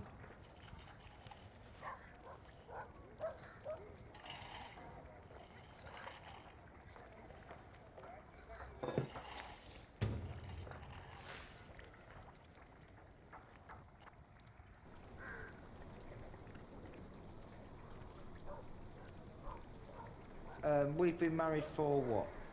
A week?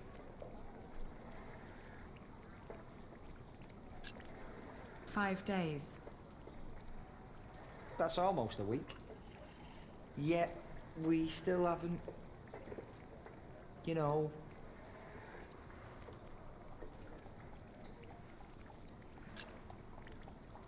you've been keeping your distance?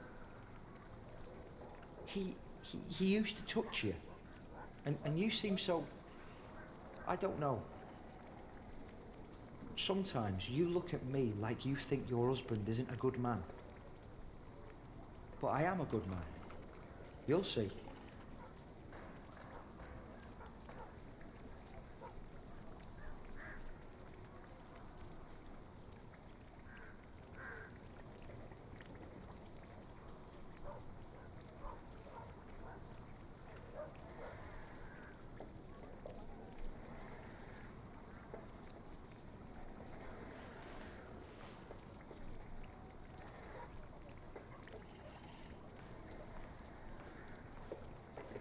What are you cooking?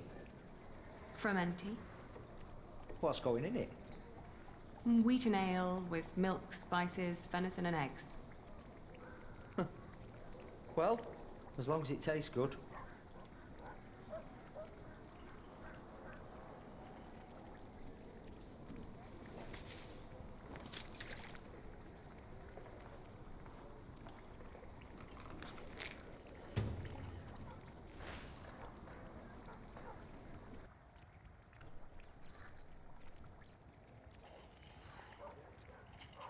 Today, I was thinking about what you and Philip did for our workers when they were afraid that they wouldn't be paid.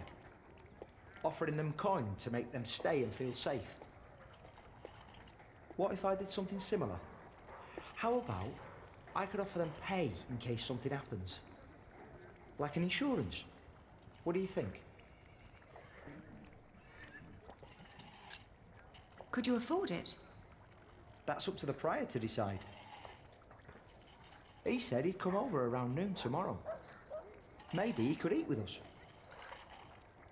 And you could help me explain the idea. If you want. I think it would be good for you. To do something other than cooking and weaving. You haven't left the house in 2 weeks.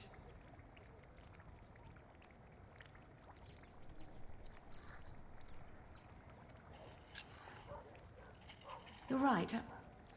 I'd be glad to help. Ah, great.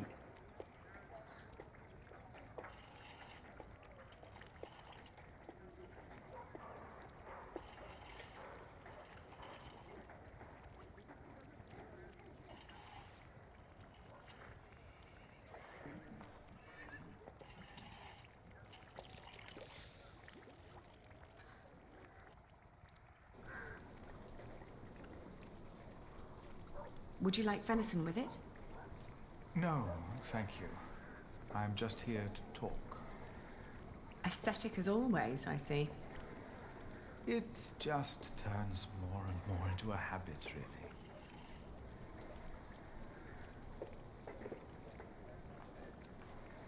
So, you are suggesting that we promise the workers money if the construction is not completed? Yes, as an insurance. Since the Fleece Fair, they've been quite worried. It would ease their minds a bit. Yes, especially since they know they don't have to finish the cathedral in order to get rich. It sounds to me like we would be tempting them to fail deliberately. I hadn't thought about that.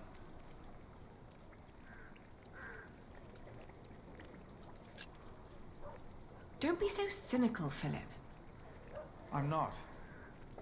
It's just so hard to encourage goodness these days. We tried so hard in the last few years, yet all we reaped is death and misery. The alternative would be to do nothing at all.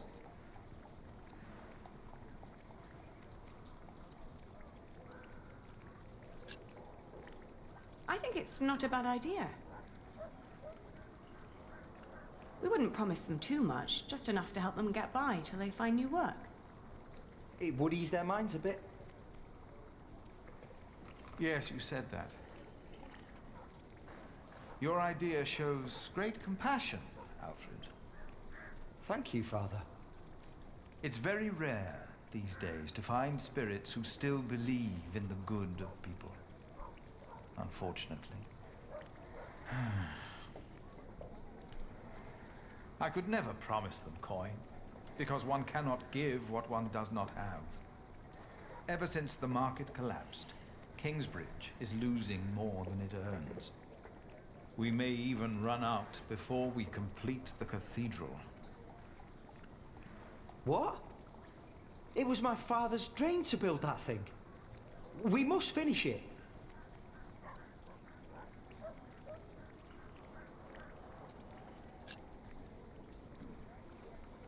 Could you build faster? Finish it before you run out of money? Is that an option? It is. I've seen it done before. I can do it. All right. I promise you, I will think about your proposal. Oh, milady, your soup.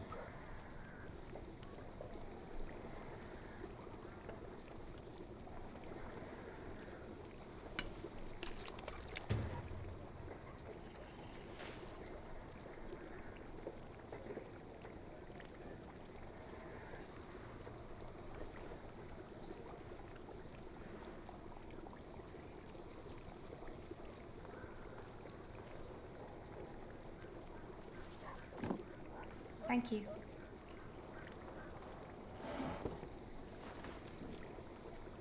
I'd never thought that my brother could work so hard.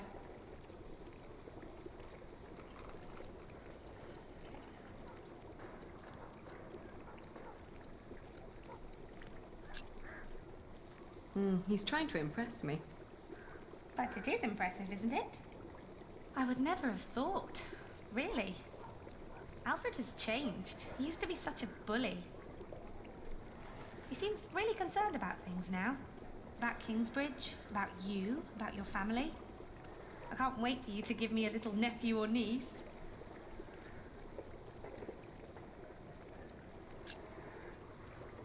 Well, enough about Alfred. Did you get the blue dye I've been asking for? Actually, I did.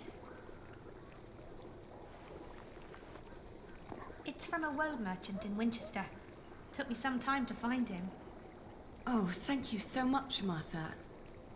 I guess now I finally have to finish my weaving. How's it going?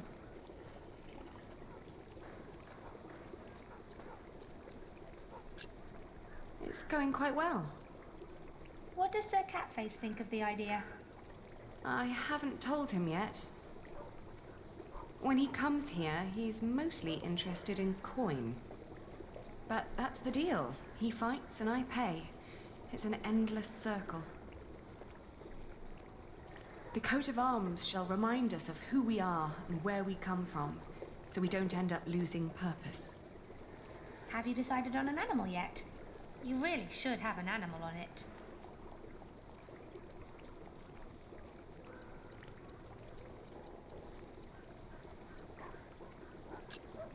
It will sport a lion. Wow, that's a strong animal. I like that. Ali, I'm so sorry that I mentioned wanting a niece. I just thought, in the last month, that you were, well, growing a bit. Oh, I'm just getting fat. You're not getting fat? You forget that there's not a lot for me to do other than sit around and eat. Then we should take a hike soon. Stretch your legs and get some sunshine. I'd like that. I would like that a lot. But not today. I need to finish the coat of arms first. Get it done while I still can.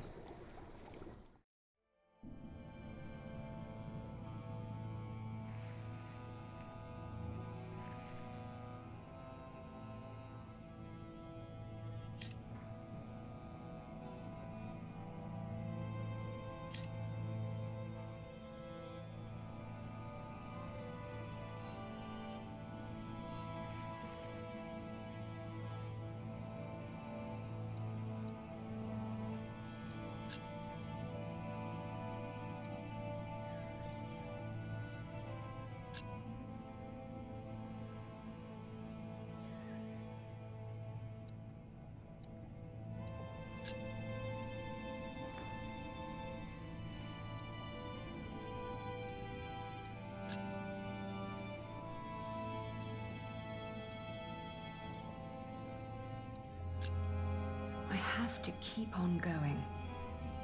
I had to marry Alfred to fulfill my oath. I wish that Jack would have understood. Love alone could never stop William Hamley. Only money and influence. With Alfred as a husband, I can fulfill my father's last wish. And ever since we've been married, he's been working deep into the night to finish the cathedral. And when he's home, he expects nothing in return, although I can see so much longing in his eyes. He does whatever he has to do, yet none of it pleases me. Still, I try to be a good wife.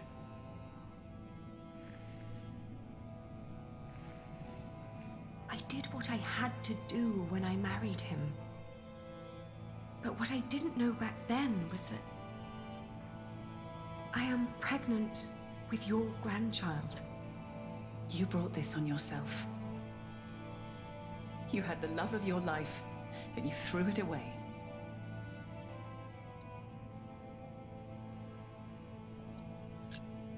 Do you scorn me for what I did? No more than anyone else.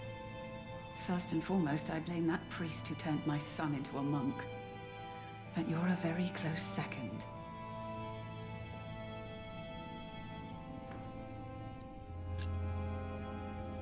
What if I brought Jack back? Oh, Aliena. Jack has left England. There's no possible way to find out where he went. I want you to know one thing. Jack loved you. For me, that makes you still family. If you can't have his baby, give it to me. I will raise it far away from this crooked world that had no room for my son. I don't want to give our child... Then you cannot stay here. You cannot go on like this. But I have to. Don't you understand?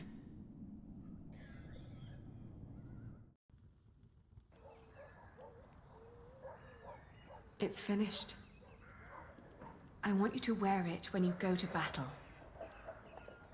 To remind us of what we are fighting for. That's fancy. Why a lion?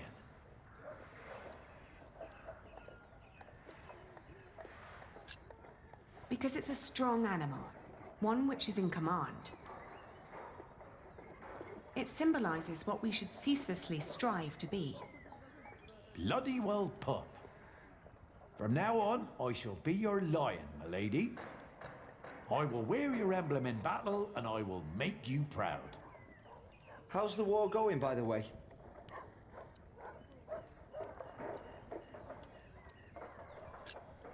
How is your standing with the king?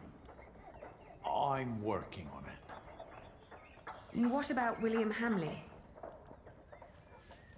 Far as I'm concerned, that toad is losing his edge. Stole my horse during a cut down and ran off. I guess the boy either got bored due to a major lack of bloodshed, or lost his wits because of his mother.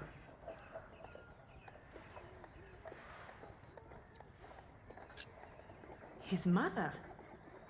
Rumor has it she's bedridden and William blames himself for it.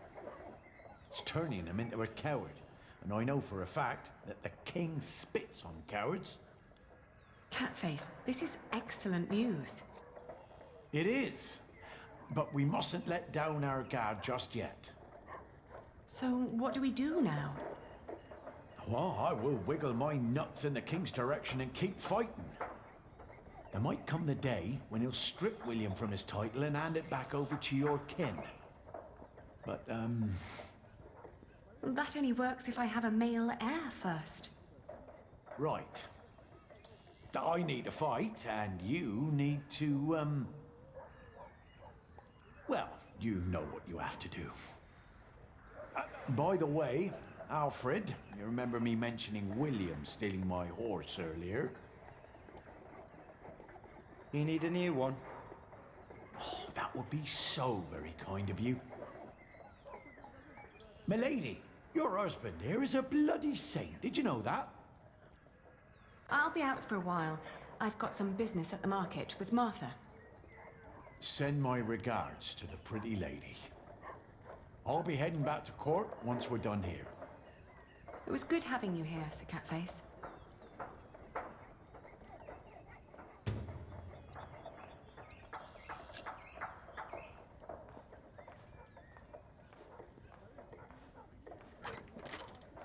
I can't believe you two have almost done it. You've almost won your father's earldom back. Oh, don't say that until it's actually happened. I'll see you later in the evening. Ah, there you are. I always wondered what it would have been like to grow up in a forest. Oh, it's cold. Very, very cold. When I was young, I spent a night in Ellen's cave. If it hadn't been for her soup, I would have died for sure.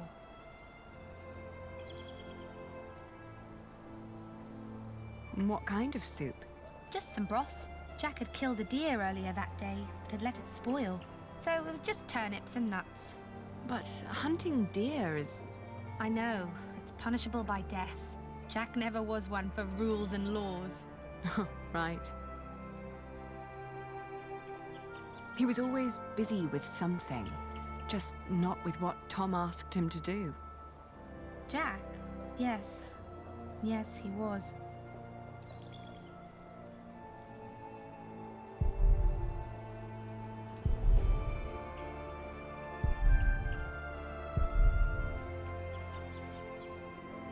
You will be an aunt soon. What? But don't tell Alfred. I haven't told him yet. You still think marrying him was a mistake? I do. I do too. But you did it for very good reasons. So, maybe it wasn't a mistake after all. Maybe it will work. Not in a loving way, but more like a partnership. You two seeing eye to each other. Maybe. But the baby is not... What was that?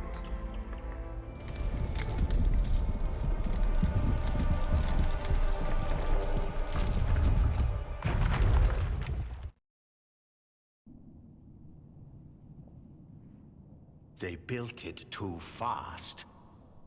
Like the Babylonians, they sought to be grander than God, and for this we all have to suffer. It was the stone roof. He started building a stone roof. If Papa had still been alive, he would have stopped him. You're with child? How can you be with child if we never... My cub is gone and will never return. You threw it all away for a life of lies and a kingdom of dust. You said that you needed a child to be your father's heir. Now you can only hope that it'll be a boy, or everything will have been for naught. I can't stay. Not without work, and not like this. Shh. Shh. There's no need to cry.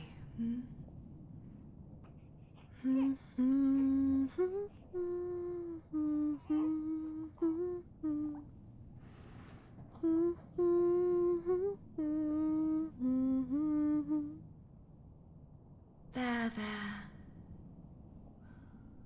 We've been crying for far too long now.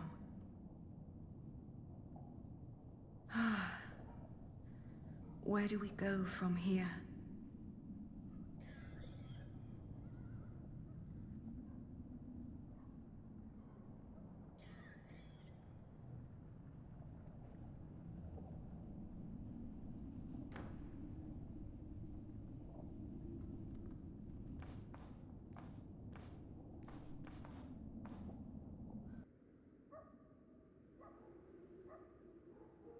We will build a cathedral right here, towering high above Shiring.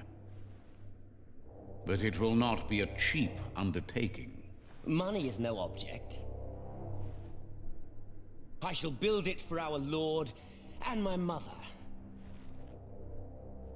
so that the Lord will heal her. I am sure he will. Ah, yes, there he is. Who? We will need a master builder. My bishop, I think I have the right man.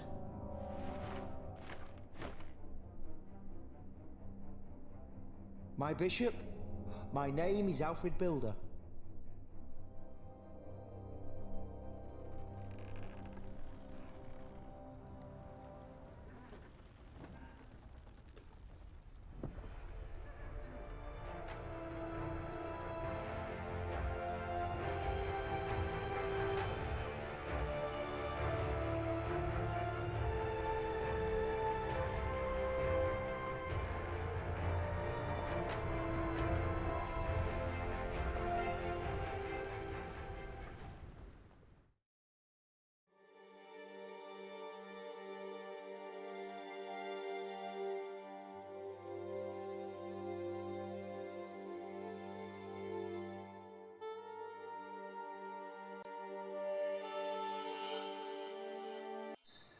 Next time on The Pillars of the Earth. Witness the climactic final part of the series. It's time we take back what was taken from us. It's time to face our enemies. It is time to make a stand for what we believe in. The Pillars of the Earth. Book 3. The Eye of the Storm.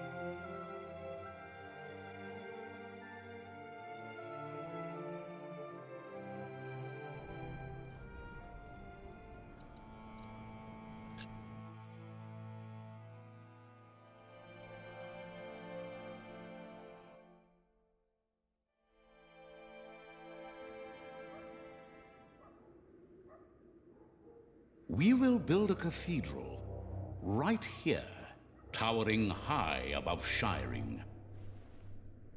But it will not be a cheap undertaking. Money is no object. I shall build it for our Lord and my mother, so that the Lord will heal her. I am sure he will. Ah, yes, there he is. Who? We will need a master builder. My bishop, I think I have the right man.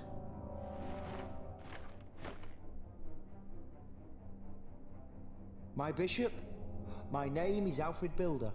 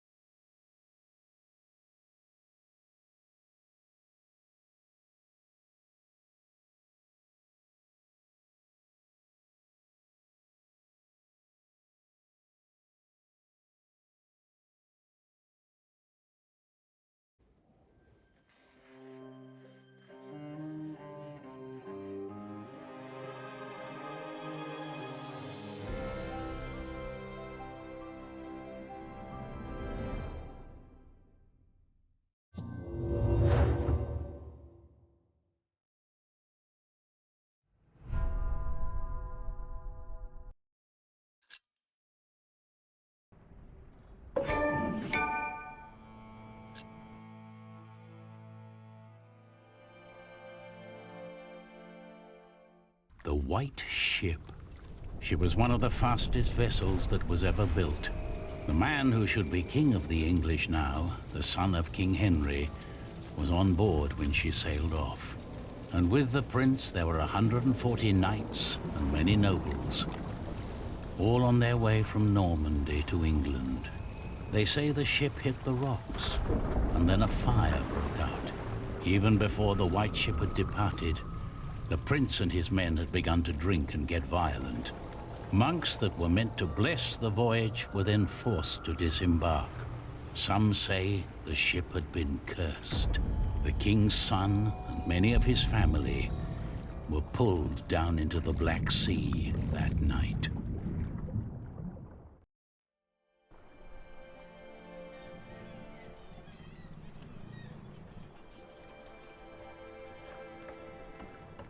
You're forgetting one important detail. Not only these monks, but also Stephen of Blois, the king's nephew, left the ship before it embarked. They say he got ill. That old rumor. The same Stephen who calls himself the King of the English now. What? That cannot be a coincidence. Yes, it can be. Of course he's king now. He survived. He is the king's nephew. What do you think, my lord? I think Stephen is a clever man. Clever enough to have his whole family perish. But why he would want to rule that godforsaken rock, I will never understand. What makes you say that? I love my country. Then why are you leaving? Well, because I want to see something new. I'll tell you what you're going to see. A proper country, where people know how to behave.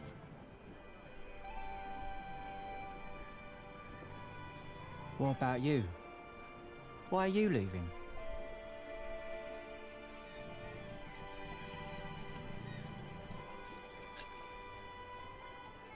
I'm looking for someone. For who? I guess I should stay out of other people's business. Forgive me. You English do talk a lot, don't you? I just don't know how to feel about leaving my country for the first time. I mean, how should anyone feel?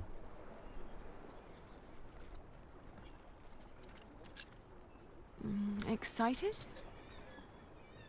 I don't know. Maybe I'm just running away.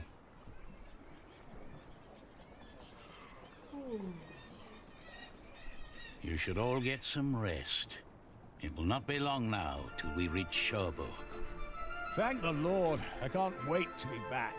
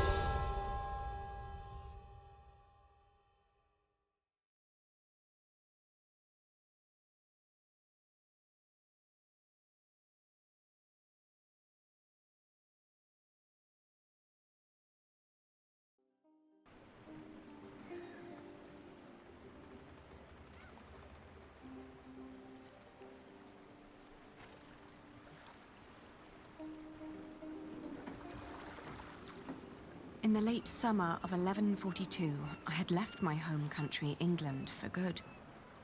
My old life lay in shambles, as did my former home of Kingsbridge.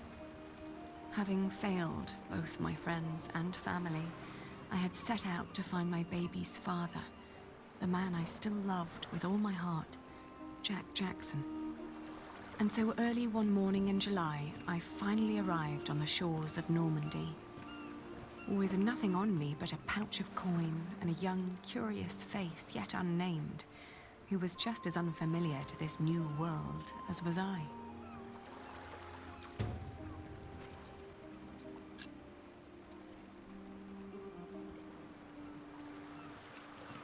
You're still here? Oh, it's you. I'm just trying to get my feet used to good solid ground again.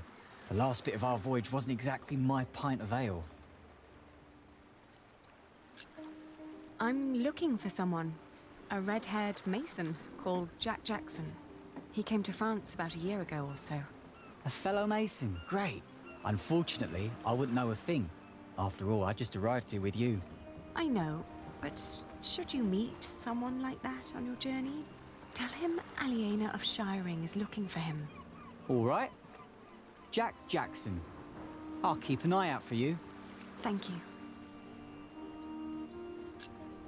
That hammer you're carrying, do you happen to be a mason? Actually, I am. You have a keen eye, mistress. I guess I just know a mason when I see one. To be honest, I haven't been one long. Just finished my apprenticeship in Salisbury. Before that, I used to shear sheep with my parents, but I guess that wasn't really for me. Father still hates me for leaving, though. What will you do to find work here as a mason? Don't know. That's for me to find out.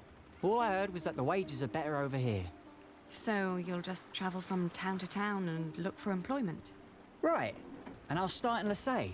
A fellow mason told me about the abbey there. He said these Normans build their churches quite differently than we do back home. I need to see that with my own eyes. Maybe learn a thing or two.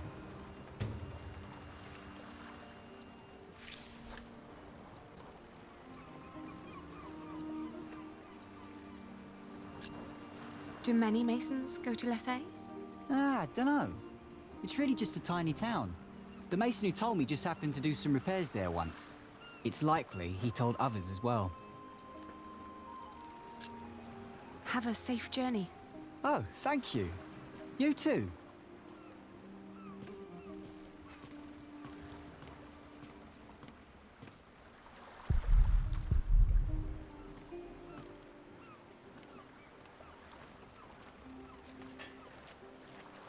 Hey, you. That's quite a bundle you got there. Where are you headed? Have you seen a red-haired mason? You must have landed here sometime late last summer. Another ginger in Normandy? I wouldn't have noticed, even if he was carrying a hammer instead of a fishing rod. Maybe you should ask someone in Barfleur. That's where all the travellers come through, the pilgrims and kings. Their lot rarely lands in Cherbourg, with the fortress passing back and forth between Stephen of Blois and Geoffrey of Anjou. Why you even came to Cherbourg in the first place baffles me. It was the earliest ship I could get. You must be in some hurry, madam. Let's just say I needed to get away before I changed my mind. Fine with me. Who am I to judge?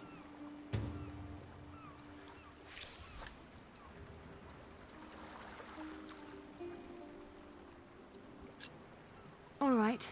Take me out of town. All right. Where do you need to be?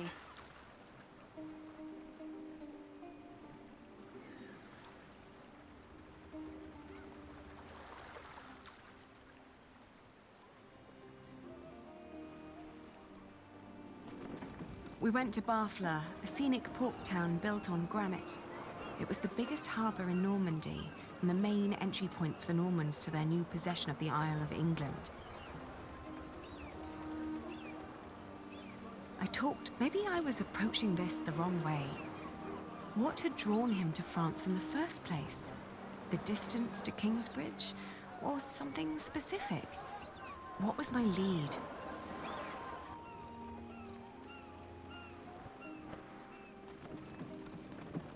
Lasay was tiny, but as it turned out, worth the trip. In the small abbey church of the Trinity, I met a monk who claimed to have talked to a man fitting Jack's description. He'd been fascinated by the Abbey's rib vaulting and had asked the monks countless questions about the place's construction. The monk apologized that he couldn't tell me where Jack had traveled next, but I didn't mind. I lay down to sleep on the floor of the Abbey guest house and, for the first time in almost a year, I felt relief. As I drifted into sleep, I hugged our baby tight and whispered into his tiny pink ear, "We're going to find your daddy."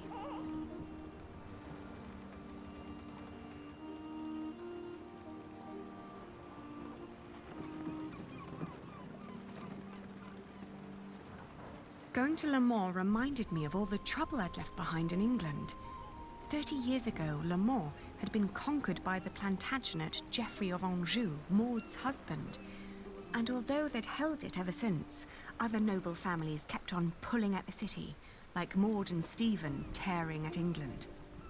There was no sign of Jack, but I got news of a new kind of cathedral being built in Saint-Denis, just north of Paris. It was possible that Jack had gone there to learn from the craftsmen. That was, if he hadn't travelled further south, looking for work in one of the many churches in Tours, the hometown of Saint-Martin.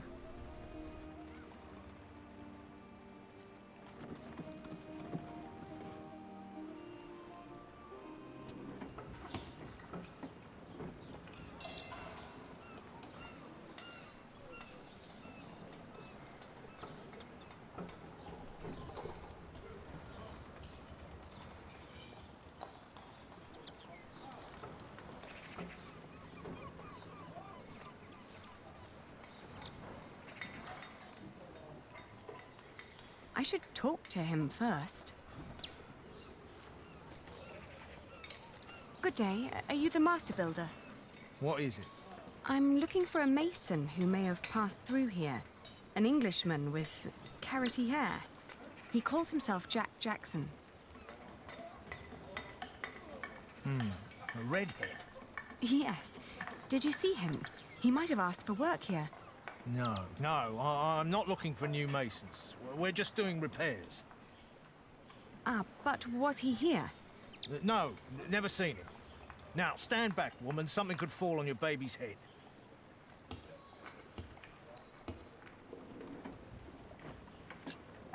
Are there other construction sites around Tours? Well, yes. It's a big town. And where would an outsider most likely find a job? Dunno. Ask around.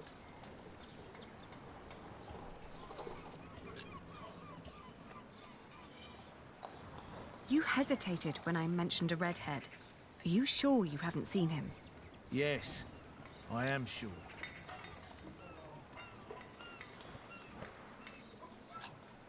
May I talk to your workers? No, they're busy. And I can assure you they have nothing to say on that matter. Perhaps I'll talk to them once they've finished for the day. It would be a waste of time. All right, he was here. He was working for me. But I had to throw him out after 2 or 3 days. Why?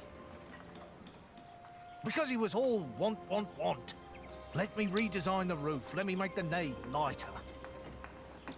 All pretty ideas, but he never shut up long enough to do the work he was supposed to do. Shit, that man was almost as needy as my son when he was still a brat. He does know a lot about his craft.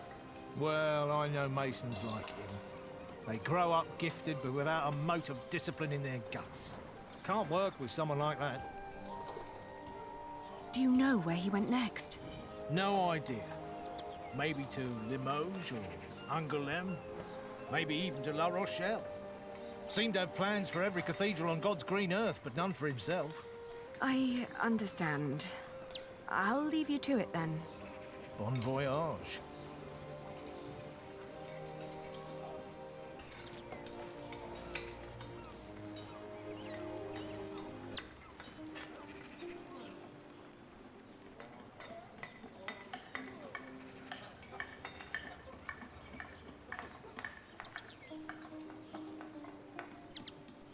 We had just left Tours when I suddenly felt dizzy.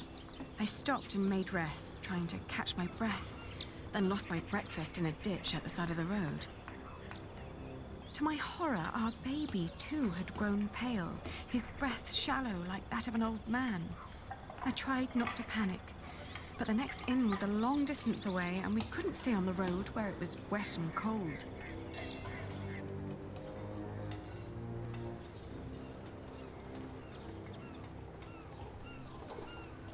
Back in Tor, the fever got worse. I remember people carrying me into a room, laying me on a bed. I tried to feed my baby, but after that, everything turned into a blur. When I awoke, Jack was standing next to my bed. He scolded me for following him. "You know you could go anywhere you want," he whispered. "Why be stupid and follow me?" I tried to answer, but he just opened the window and jumped out, heading toward ancient Greece, or maybe all the way to Arabia. And in my feverish mind, I followed him.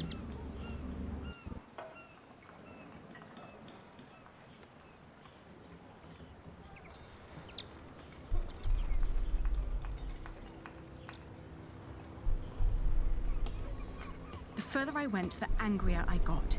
For years, I'd been fighting for my family. I'd committed myself to an oath to my father. I'd built up a business to sustain it and even married a man I despised so I could create a future for the people around me. I'd known nothing but my duty to the men in my life, while the man I was trying to find lived a life of casual irresponsibility. He traveled the world on a whim to learn about mathematics and philosophy, while I had to raise the child he'd fathered. When could I ever do anything just for myself? I asked the world as I went on.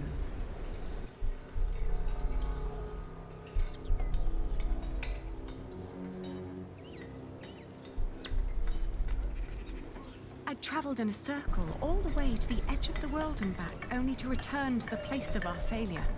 With my eyes closed, I listened to the sound of ripping yarn and crumbling walls, and of coaches carrying good people away into a cloud of crimson dust.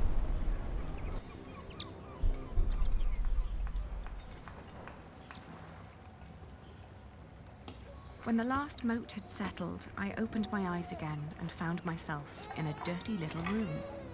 An old maid was sitting next to my bed and smiled at me, then handed me my baby. Oh, dear God, he still looked so pale.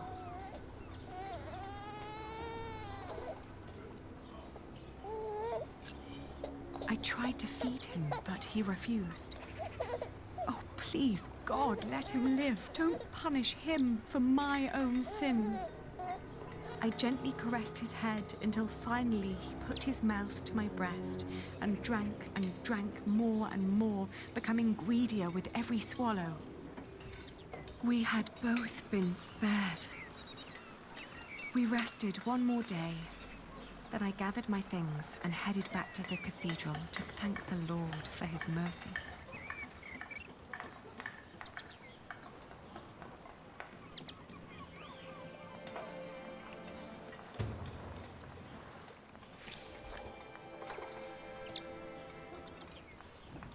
This isn't a good place.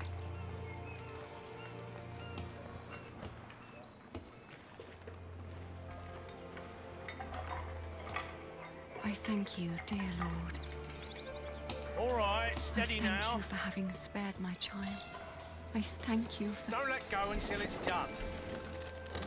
But why are you showing mercy on me? I failed everyone I cared about. I failed Jack. I failed my brother. And if I never return, I would also break the oath I had given Father. It's just that I feel like I've never had a life of my own. I've always fought for others. And this may be the very first time that I fight for something that I only want for myself. Maybe I should just go back and help rebuild Kingsbridge. Maybe Jack doesn't even care for me anymore. Amen. Huh.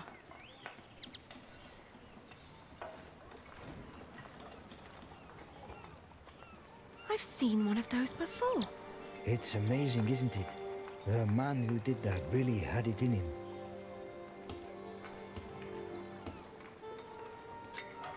I agree. He always did. Oh, you knew Master Jacques. Yes, but it's been a while since I last saw him. It's a shame that the Master let him go. In just 1 month, he did so many things. The Master Builder said he'd fired him after just 3 days. Did he? Well, maybe that's how he remembers it. The two didn't really see eye to eye, you know? To tell you the truth, everyone thinks that he feared for his own job, having someone like that around. The last thing Jack did was carve that corbel. It was the one thing the Master let him do. Then when he was done, he was asked to leave.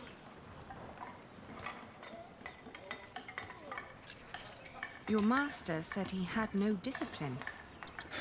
Let me tell you something. Jacques worked very hard on it.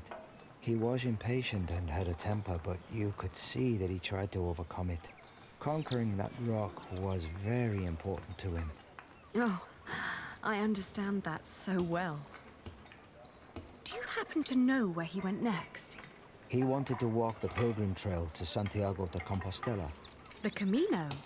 The Way of St. James? He said he might find someone there who knew his father. Just one more thing. How was he when he left? Never thought about that.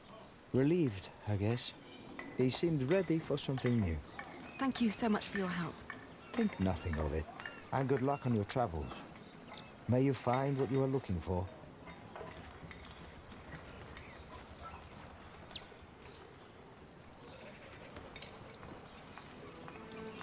Isn't it odd? Just when you stop looking, you come across the most curious of things. Like these 3 devices that one of my merchants brought back from Baghdad. Oh no. Is it another one of your Banu Musa toys, Rashid? They're not toys, Adriel. They're objects of scholarly ingenuity and reflection. I will let my valued friend from the north do the honors.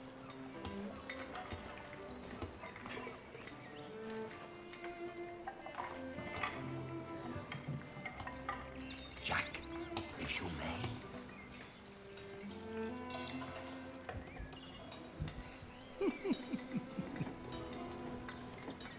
Now, on second thought, why don't you save the lady for last?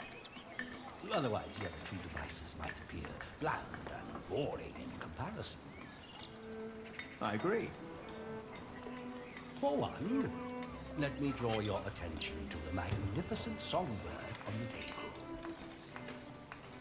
And then to that wondrous donkey next to the entrance. Although, the most astounding thing of all stands right between them. That statuette? Ha-ha, precisely. But one thing at a time. And now we need to add some water. Let us let Jack decide what to demonstrate first. It's so beautiful it will make you cry. Just listen.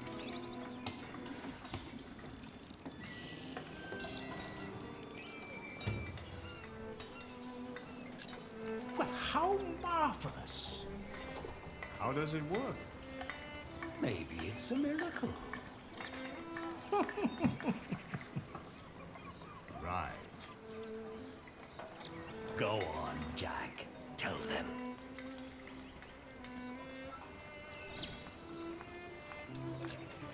There's a hidden wheel inside the box.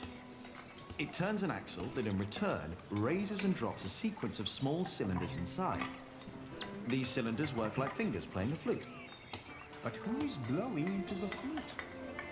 Steam. Steam? Yes.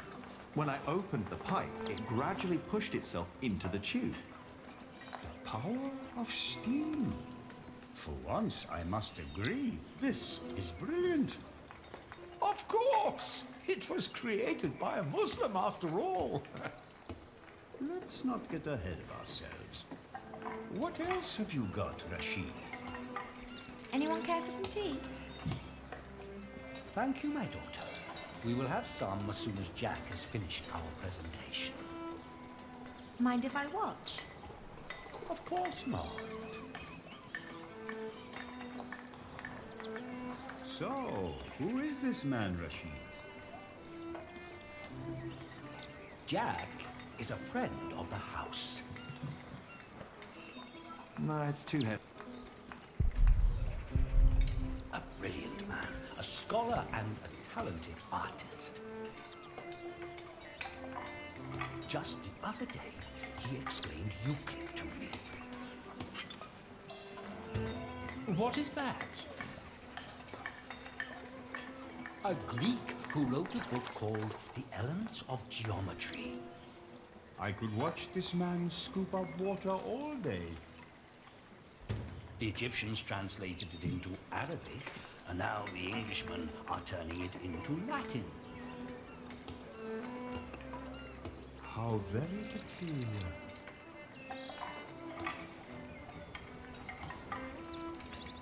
Now, watch the head. Just any moment now.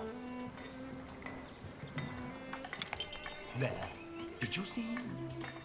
It threw up. Rashid, this is disgusting. Oh, far from it. Would you kindly explain how it works, Jack?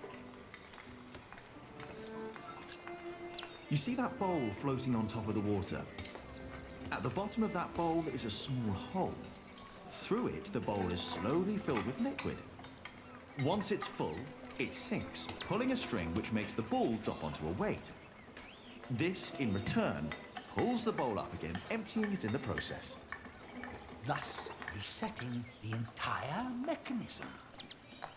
If you timed it perfectly, you could make it drop a ball at every hour. Turning it into a clock. How clever. For me, it's still nothing more than a puking donkey. Show us more, Rashid. One could join those two and build a singing donkey clock. One song after every hour. That would be pretty clever. I know, right? You could be the one to build it. Oh, that would be unfair. It's your invention. I would let you have it. Or we design it together.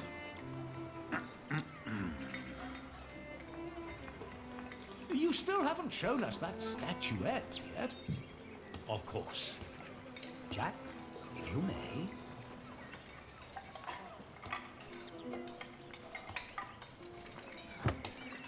Oh, you will love this. Just watch.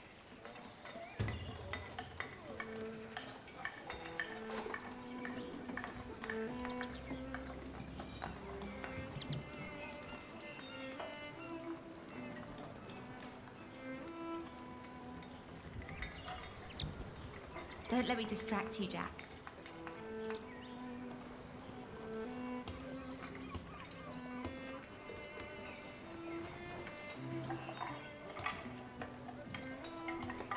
She needs to...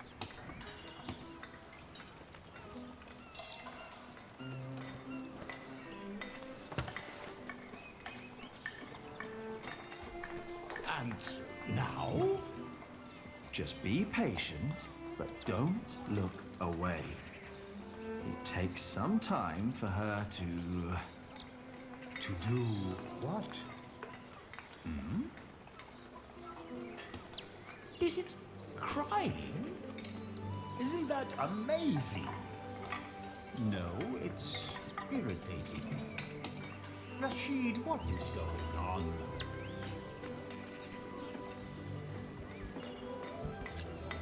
It's a mystery.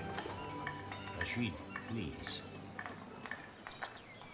We all know that there is no such thing as a man-made miracle. And this piece of wood is very clearly made by man. I very much agree, my friends. But so far, none of us has an explanation. All we know for certain is that her glassy eyes shed tears when you move her from warmth into cold. Like a plant at sunrise? Like dew? The only difference is the surface, that's all.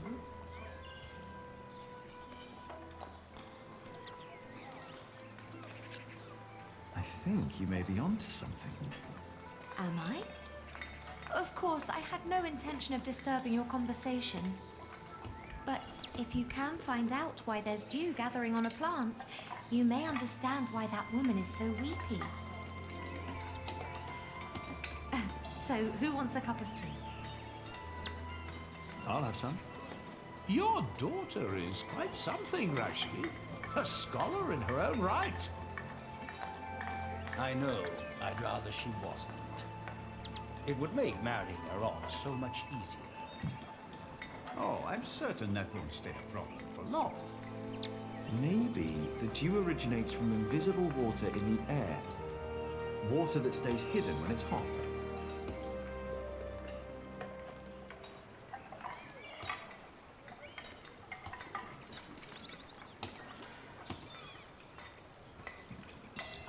The pilgrim trails across France converged at Osterbat, in the foothills of the Pyrenees.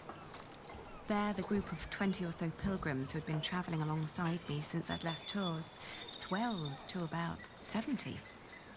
Some were prosperous citizens, some probably on the run from justice, a few drunks, and several monks and clergymen. Several languages were spoken, including Flemish, a German tongue, and a southern French language called Oc.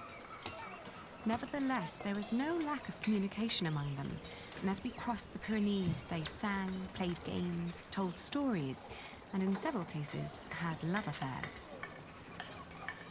While my baby and I kept mostly to ourselves.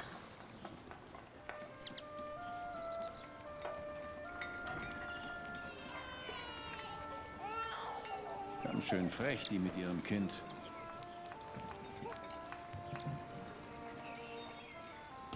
Hush now. Hmm?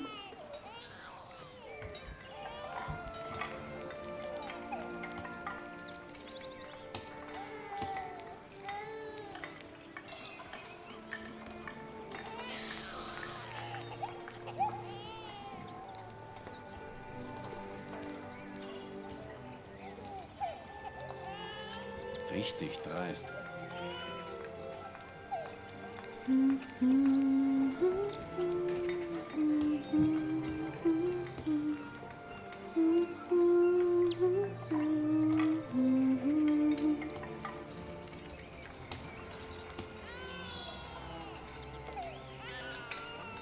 ein Mann nicht einfach mal seine Ruhe haben? Der Weg aus Babenberg war doch anstrengend genug.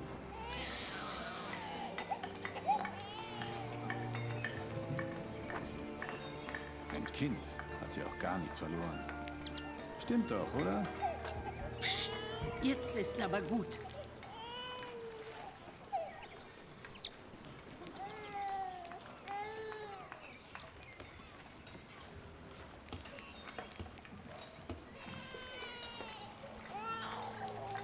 Tomorrow.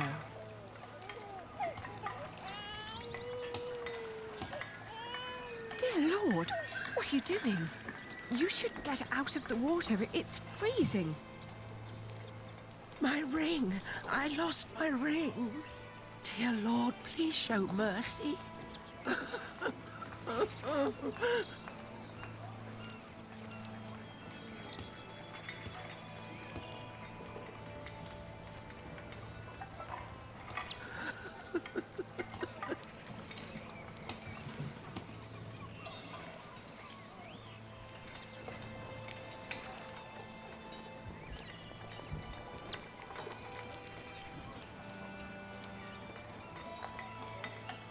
Come back to me.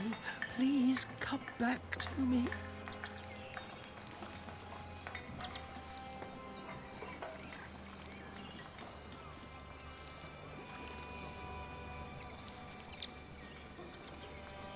Where are you? Where did you go?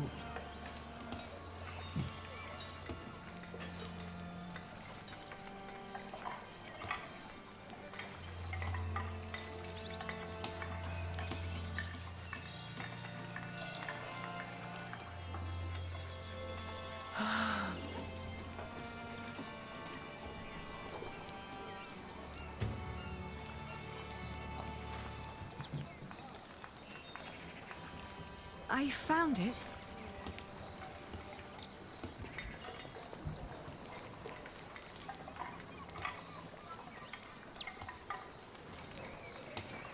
Yes! Oh, thank you. Thank you so much. You are a very kind woman. So very, very kind. I'm glad I could help. Yes, yes, thank you. Thank you so much.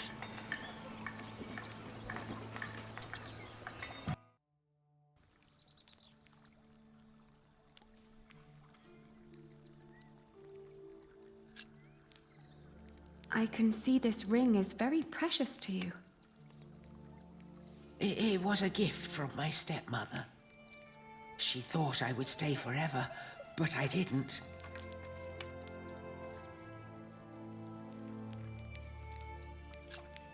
Tell me about your stepmother. She was such a kind woman. So very, very kind.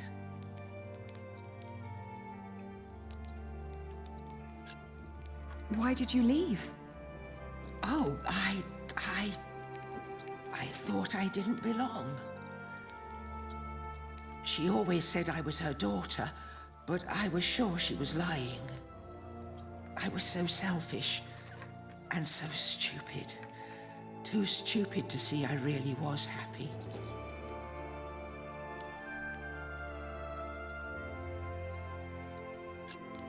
Maybe you really weren't happy. I don't know. I was very young and thought I was unhappy because I didn't live close to the sea. But in the end, the sea did not feel the same about me. The cold there made me sick. It took away my sight.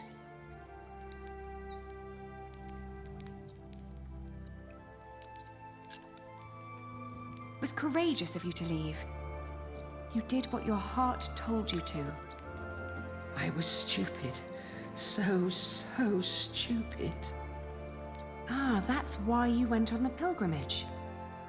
Yes, so that St. James might see my devotion, and I will be united with my mother in heaven.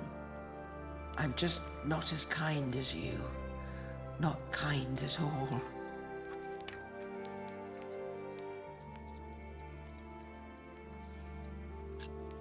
Actually, we two have quite a few things in common.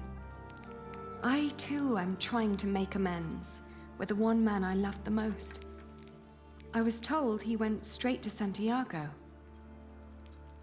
You will know soon. Not soon enough. It's still 4 weeks till I get there.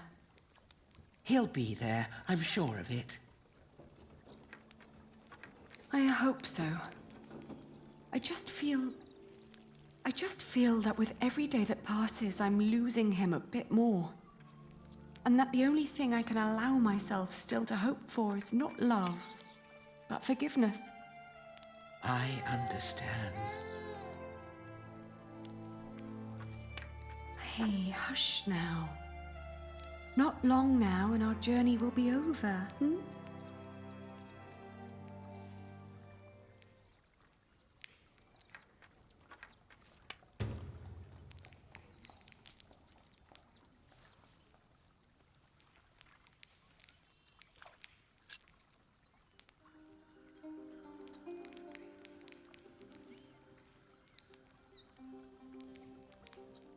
The woman's name was Alba.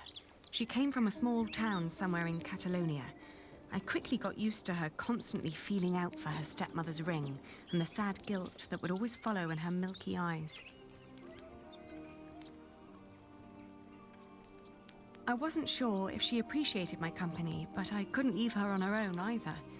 By the time we reached Los Arcos, she'd stopped talking, while I kept on dropping a kind word here and there to let her know I was still by her side.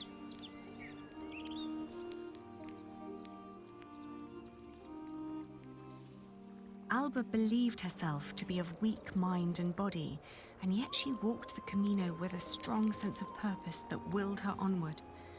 It made me wonder about what I'd told her about my own journey. Did I hope for love, or was I really traveling because I needed him to forgive me? But what was there to forgive? My decision to marry Alfred had been in the best interest of the people of Shiring. It was a sacrifice I had to make to stop the evil reign of William Hamley. These questions had haunted me for a long time now. But if I really was going to see Jack soon, it was time to make up my mind.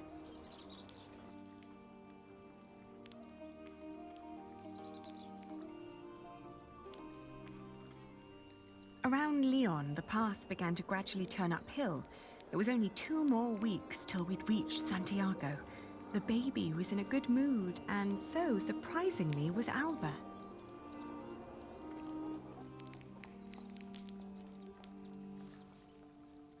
After Astorga, the trail got more difficult.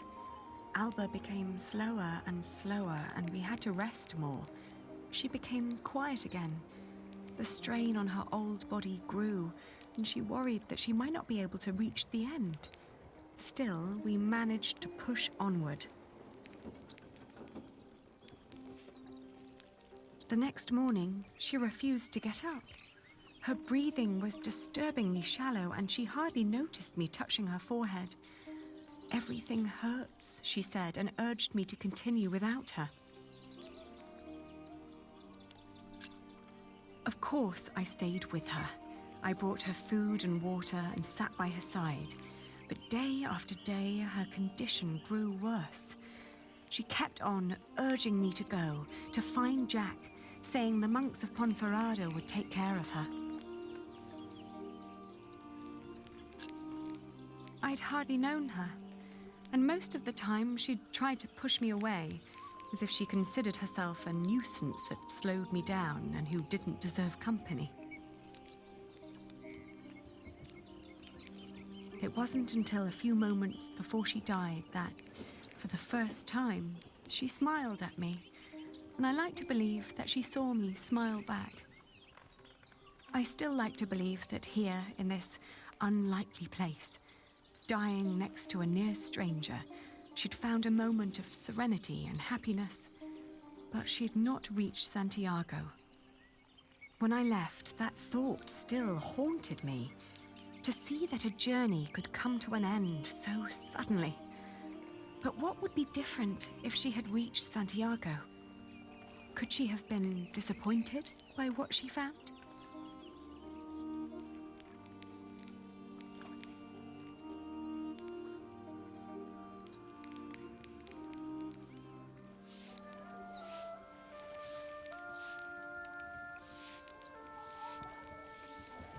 After months of hard travel, the child and I finally reached Santiago de Compostela.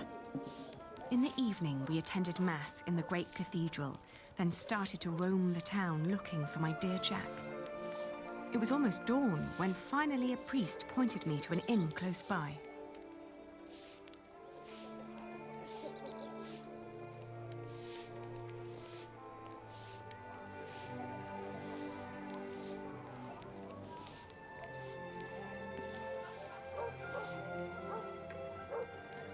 Looking for a man who likes to read a lot. E logo anda sempre cun libro en riba. Have you seen anyone like that? Pero, por que levas un libro en riba? Vas escangallar co peso. She doesn't even understand that I'm looking for a person yet.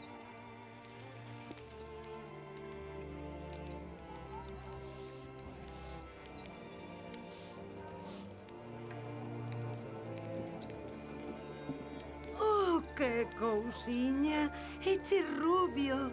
See, redhead.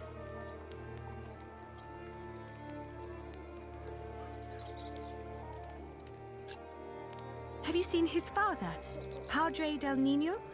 Jack Jackson? Ven sendo un peregrino. What? É un peregrino? Oh, no. He's not a pilgrim. Entón, quen ven sendo?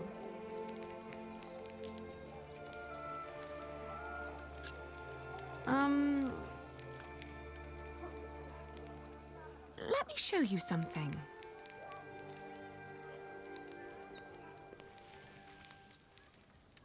He's a mason. He builds things like that. Ah, Eche masón. Albanel. Sí, a mason. It's the same word in Galician. Por aquí pasan unha morea de masóns. Non me poderías dicir algo máis sobre el? Oín falar dun masón que dis que se dedica a traducir libros en Toledo.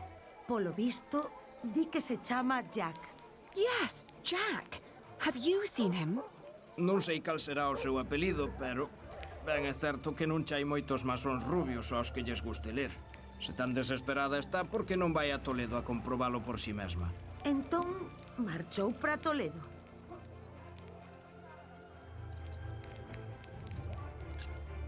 So, he's not here? Di que o teu Jack podería estar en Toledo. All right, so I will go to Toledo then. Gracias. I just pray that I understood you correctly.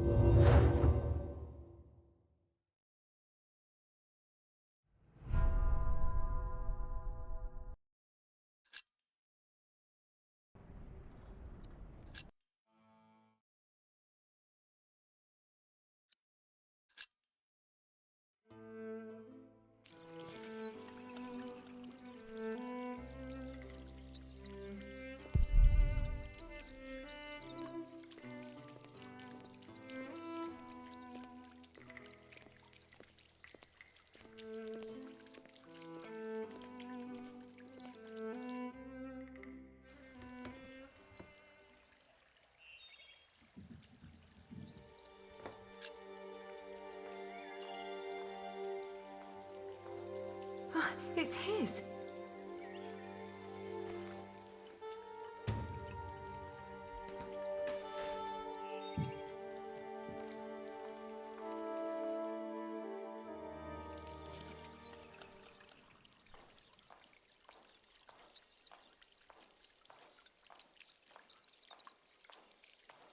Oh, there you are. May I ask who let you stroll around our house? I travelled hundreds of miles looking for a man called Jack Builder. A scholar told me that I would find him here. Yes, my servant told me already. My father's not here at the moment, so you'll have to make do with me. Unfortunately, I must disappoint you. There's no one called Jack living in this house. Maybe he took a different name then. I'm sorry, but this is not easy for any of us. I think you should know that Jack and I are promised to each other. Maybe we should go inside. The sun's burning, and my mother doesn't need to hear us.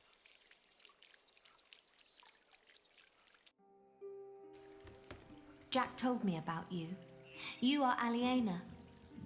You're the one who rejected him and married his stepbrother. And now you want him back.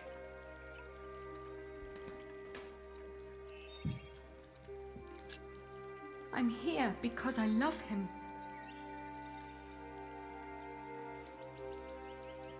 He always said that he had come here to find out about his family. But instead, he found out about everything else. About philosophy, mathematics. When he and my father met, it was love at first sight. They studied together and made great plans. But in the end, Jack would always start talking about his cathedral again. This great church he would build one day. Rib vaults and pointed windows. He'd ramble on about it for hours and stare up at that ceiling. We three sat here for hours and talked. And then in the evenings, it would be just the two of us. So many strange ideas about the future.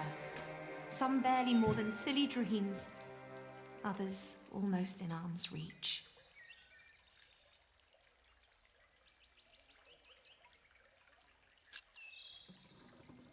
You're talking about him as if he were gone. Well, he's not here anymore. My father had offered him work as a master builder here in Toledo. He would have been well off and free to spend his evenings under vaults like this, with me as his wife. But in the end, he refused. Tell me, did you really marry his stepbrother?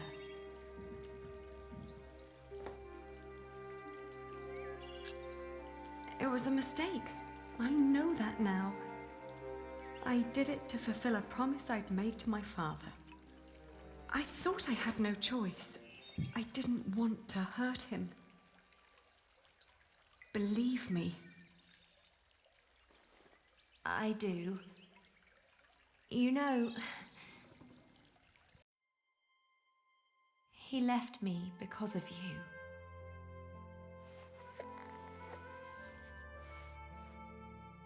Even after all you did to him, he couldn't let go. You can be glad that you ran into me and not my mother. She was enraged when he left. He can have that effect on people. But apart from that, we made our peace with him. Father even gave him one of his favorite pieces of his collection as a parting gift. A small wooden statue with stone eyes in exchange for his slingshot. Would you mind telling me where he went? He went to Paris to work on the Cathedral of Saint-Denis. He said he never found out about his father, so there was no reason to stay down here anymore. Paris? Yes. If you find him there, tell him I don't miss him.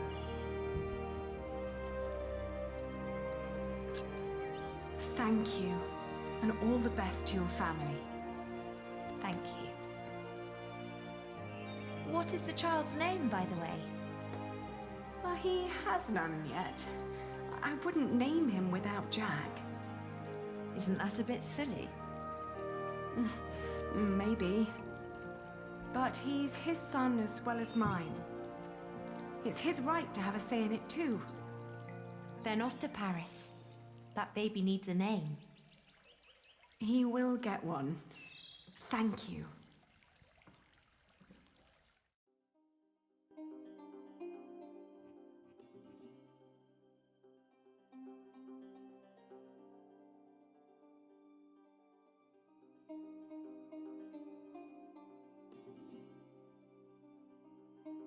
I travelled back along the Way of St. James, passing through Astorga, Lyon, and Burgos. I crossed the Pyrenees, revisiting Bordeaux, Angoulême, Poitiers, but never stayed longer than one night. The closer I came to Paris, the stronger my old doubts and fears resurfaced. If Jack really was there, what was I to say to him?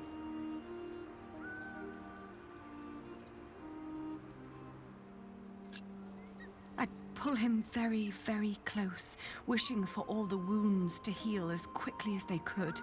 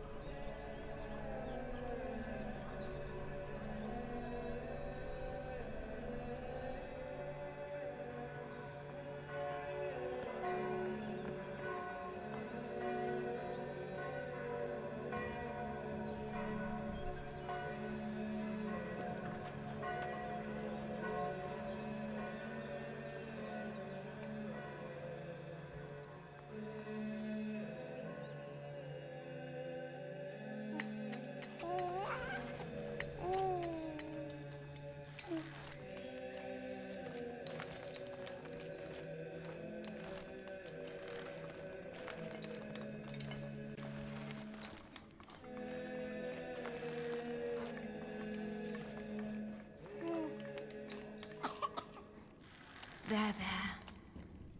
Are we awake then? You almost missed this. Look at these colourful windows.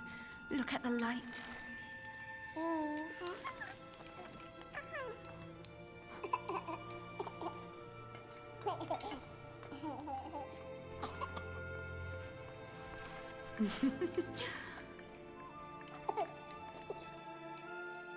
Ali. We came to see you, Jack. We? Is he? He is your son.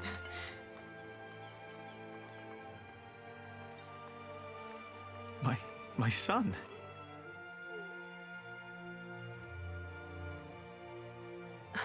I'm sorry. It's not your fault. Ali, where do we go from here? Wherever we go, I want to go with you.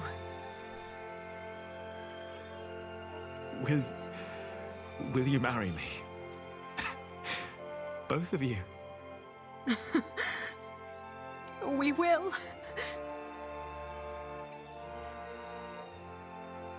We stayed in Paris as husband and wife. And our son, Tommy. The days went by quickly. Jack had learned much working as a builder in Saint-Denis. Days became months. Then after a year, we both grew restless. Where can we go from here, we asked ourselves again. We both confessed that we wanted to see our families, our friends. And then we knew where we wanted to go. Home. Even if it was in shambles.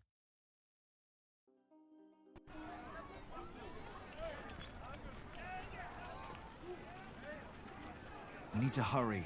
The ship to England will leave soon. What's going on here? Whatever it is, if the crowd doesn't clear up, we'll miss our ship.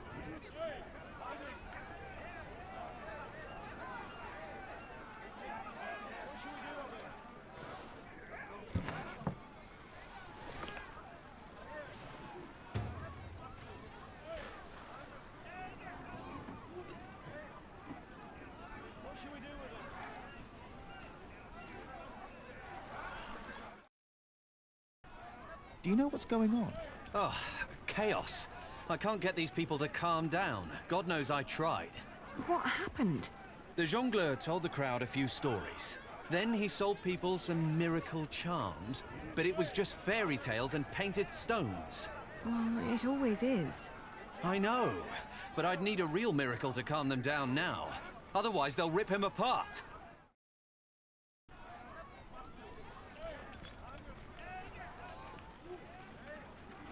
Oh, what a remarkably foreign-looking likeness of the Holy Virgin. Do you think this might calm them down? I've already tried appealing to their faith. It would require a direct word from God to calm them down.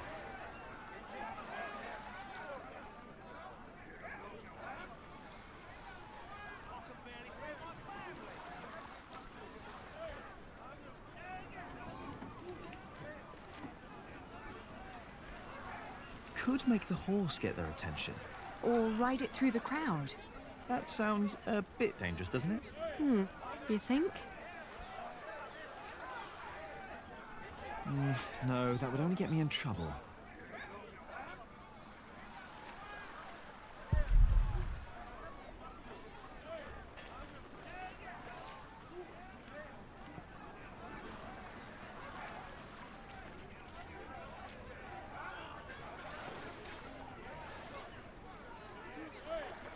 You see? It's working. Your friend Rashid must be quite the miracle worker.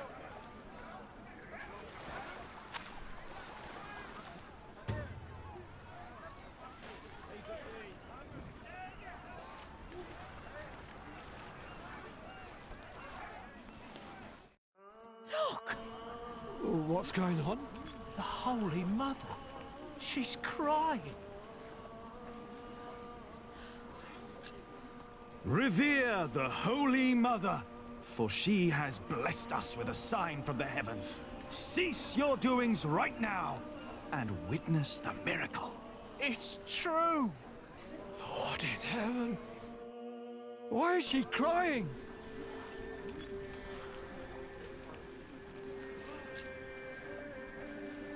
She weeps for your sins.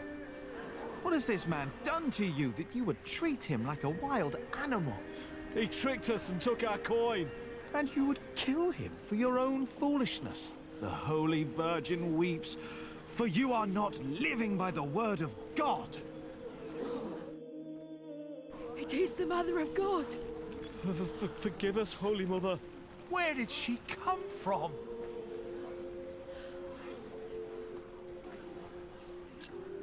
For hundreds of years, she languished in the land of the Saracens. Dormant, she has been waiting for the one to bring her home. Listen to what he has to say. The Holy Virgin has chosen this young family to protect her. Tell us all where you are headed.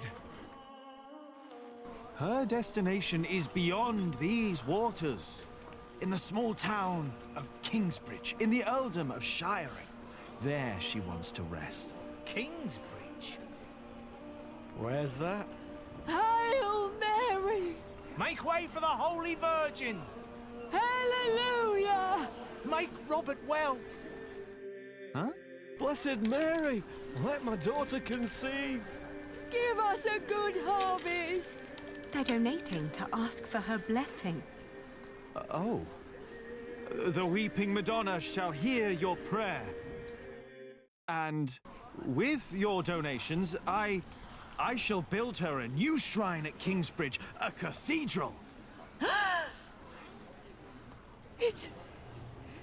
It's you! Who do you mean? You! The red-haired ghost! Me? A ghost? My husband is very much alive. I've known him since he was 12 years old. But he drowned. By God, you drowned. 24 years ago. On the White Ship. My poor, poor son. My Jacques. His name was Jacques. Jacques Cherbourg. Jacques Cherbourg.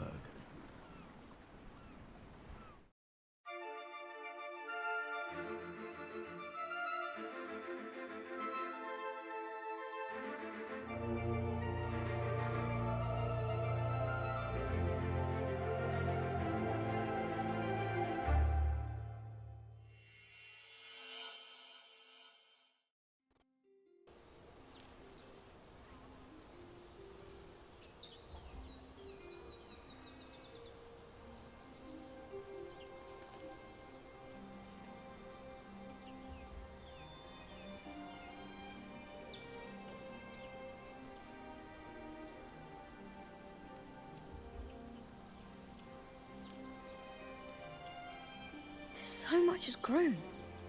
But there are no roots, no herbs.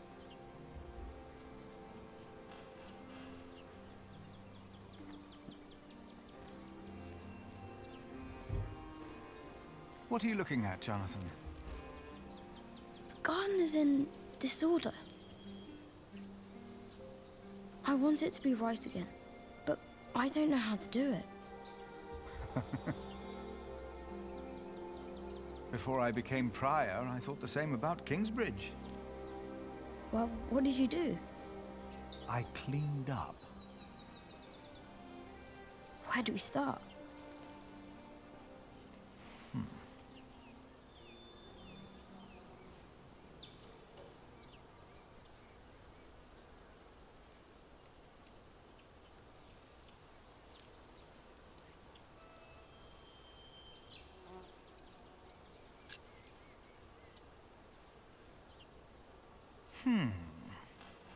Some plants are weeds and must go before we can plant new seeds.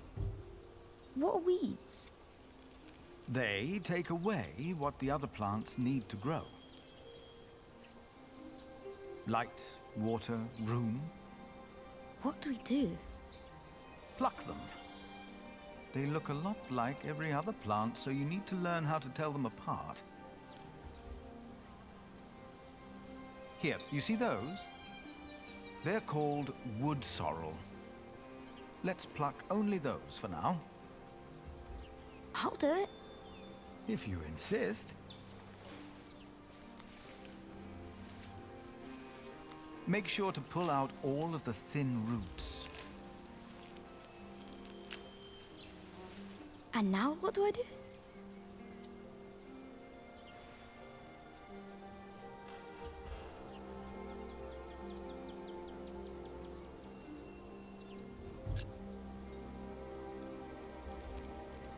For plants to take root, the soil must be loose and fertile.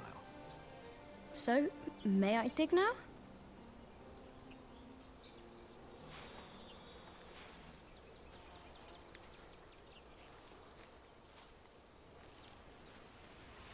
Done. What's next?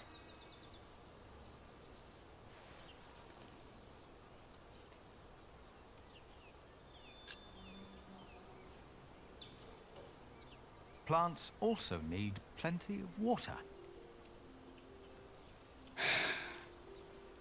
I think it's better if I put the seed in the ground first. Indeed.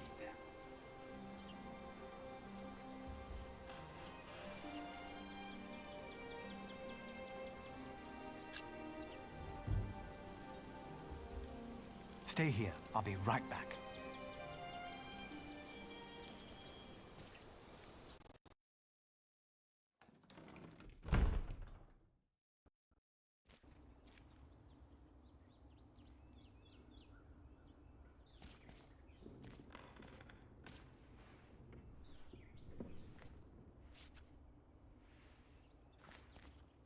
Now, where did you put them?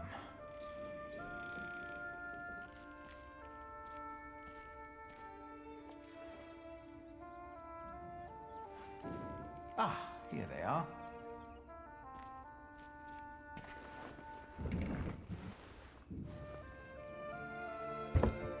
You always said you wanted to plant these seeds and make a new garden, Milius. I think it's about time.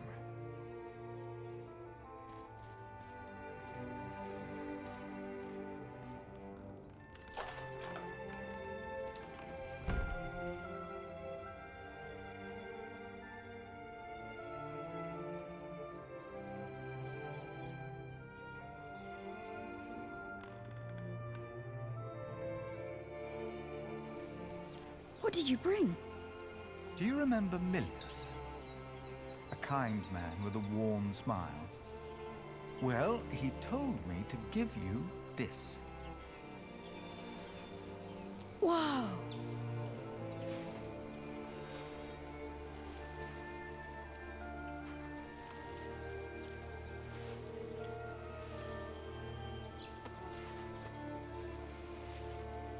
Now we just have to wait.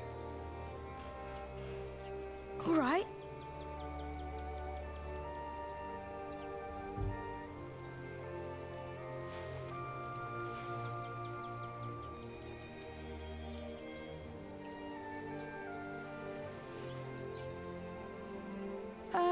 How long? Too long for us to keep sitting here. That long. Some things take time. And only with patience will you receive your reward. Why do we have to do all these things if all we had to do is wait? Simply waiting would not have been enough, Jonathan. You just paved the way for things to take their course. They are happening right now. And in a few days' time, we will return and see the first green leaf of something new. Oh. Is it God's reward? Maybe. Does he make things grow? You made it. No, I just planted the seed.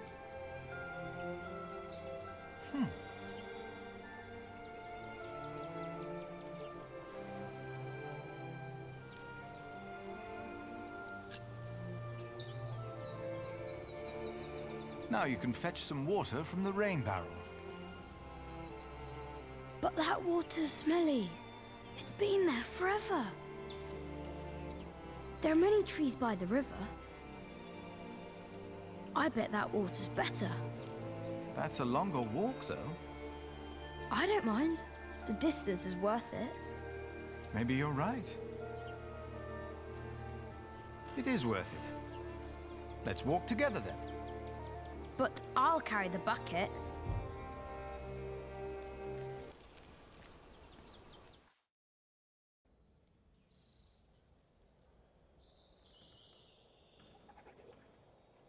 Why isn't Remigius holding the sermon?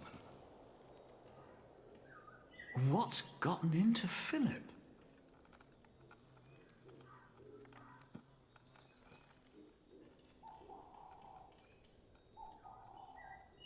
Our church lies in ruins. But all of this, these dire times, have revealed something important to us. Something that, maybe until today, I wasn't aware of. What do you mean?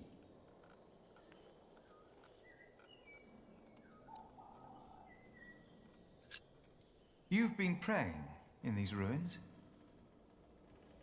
But you've been praying like you always did, in humbleness. We don't need a church for prayer. Where else are we going to pray? The chapter house? The church is where God resides. God doesn't work in the ways we might assume. Today, Jonathan tended to our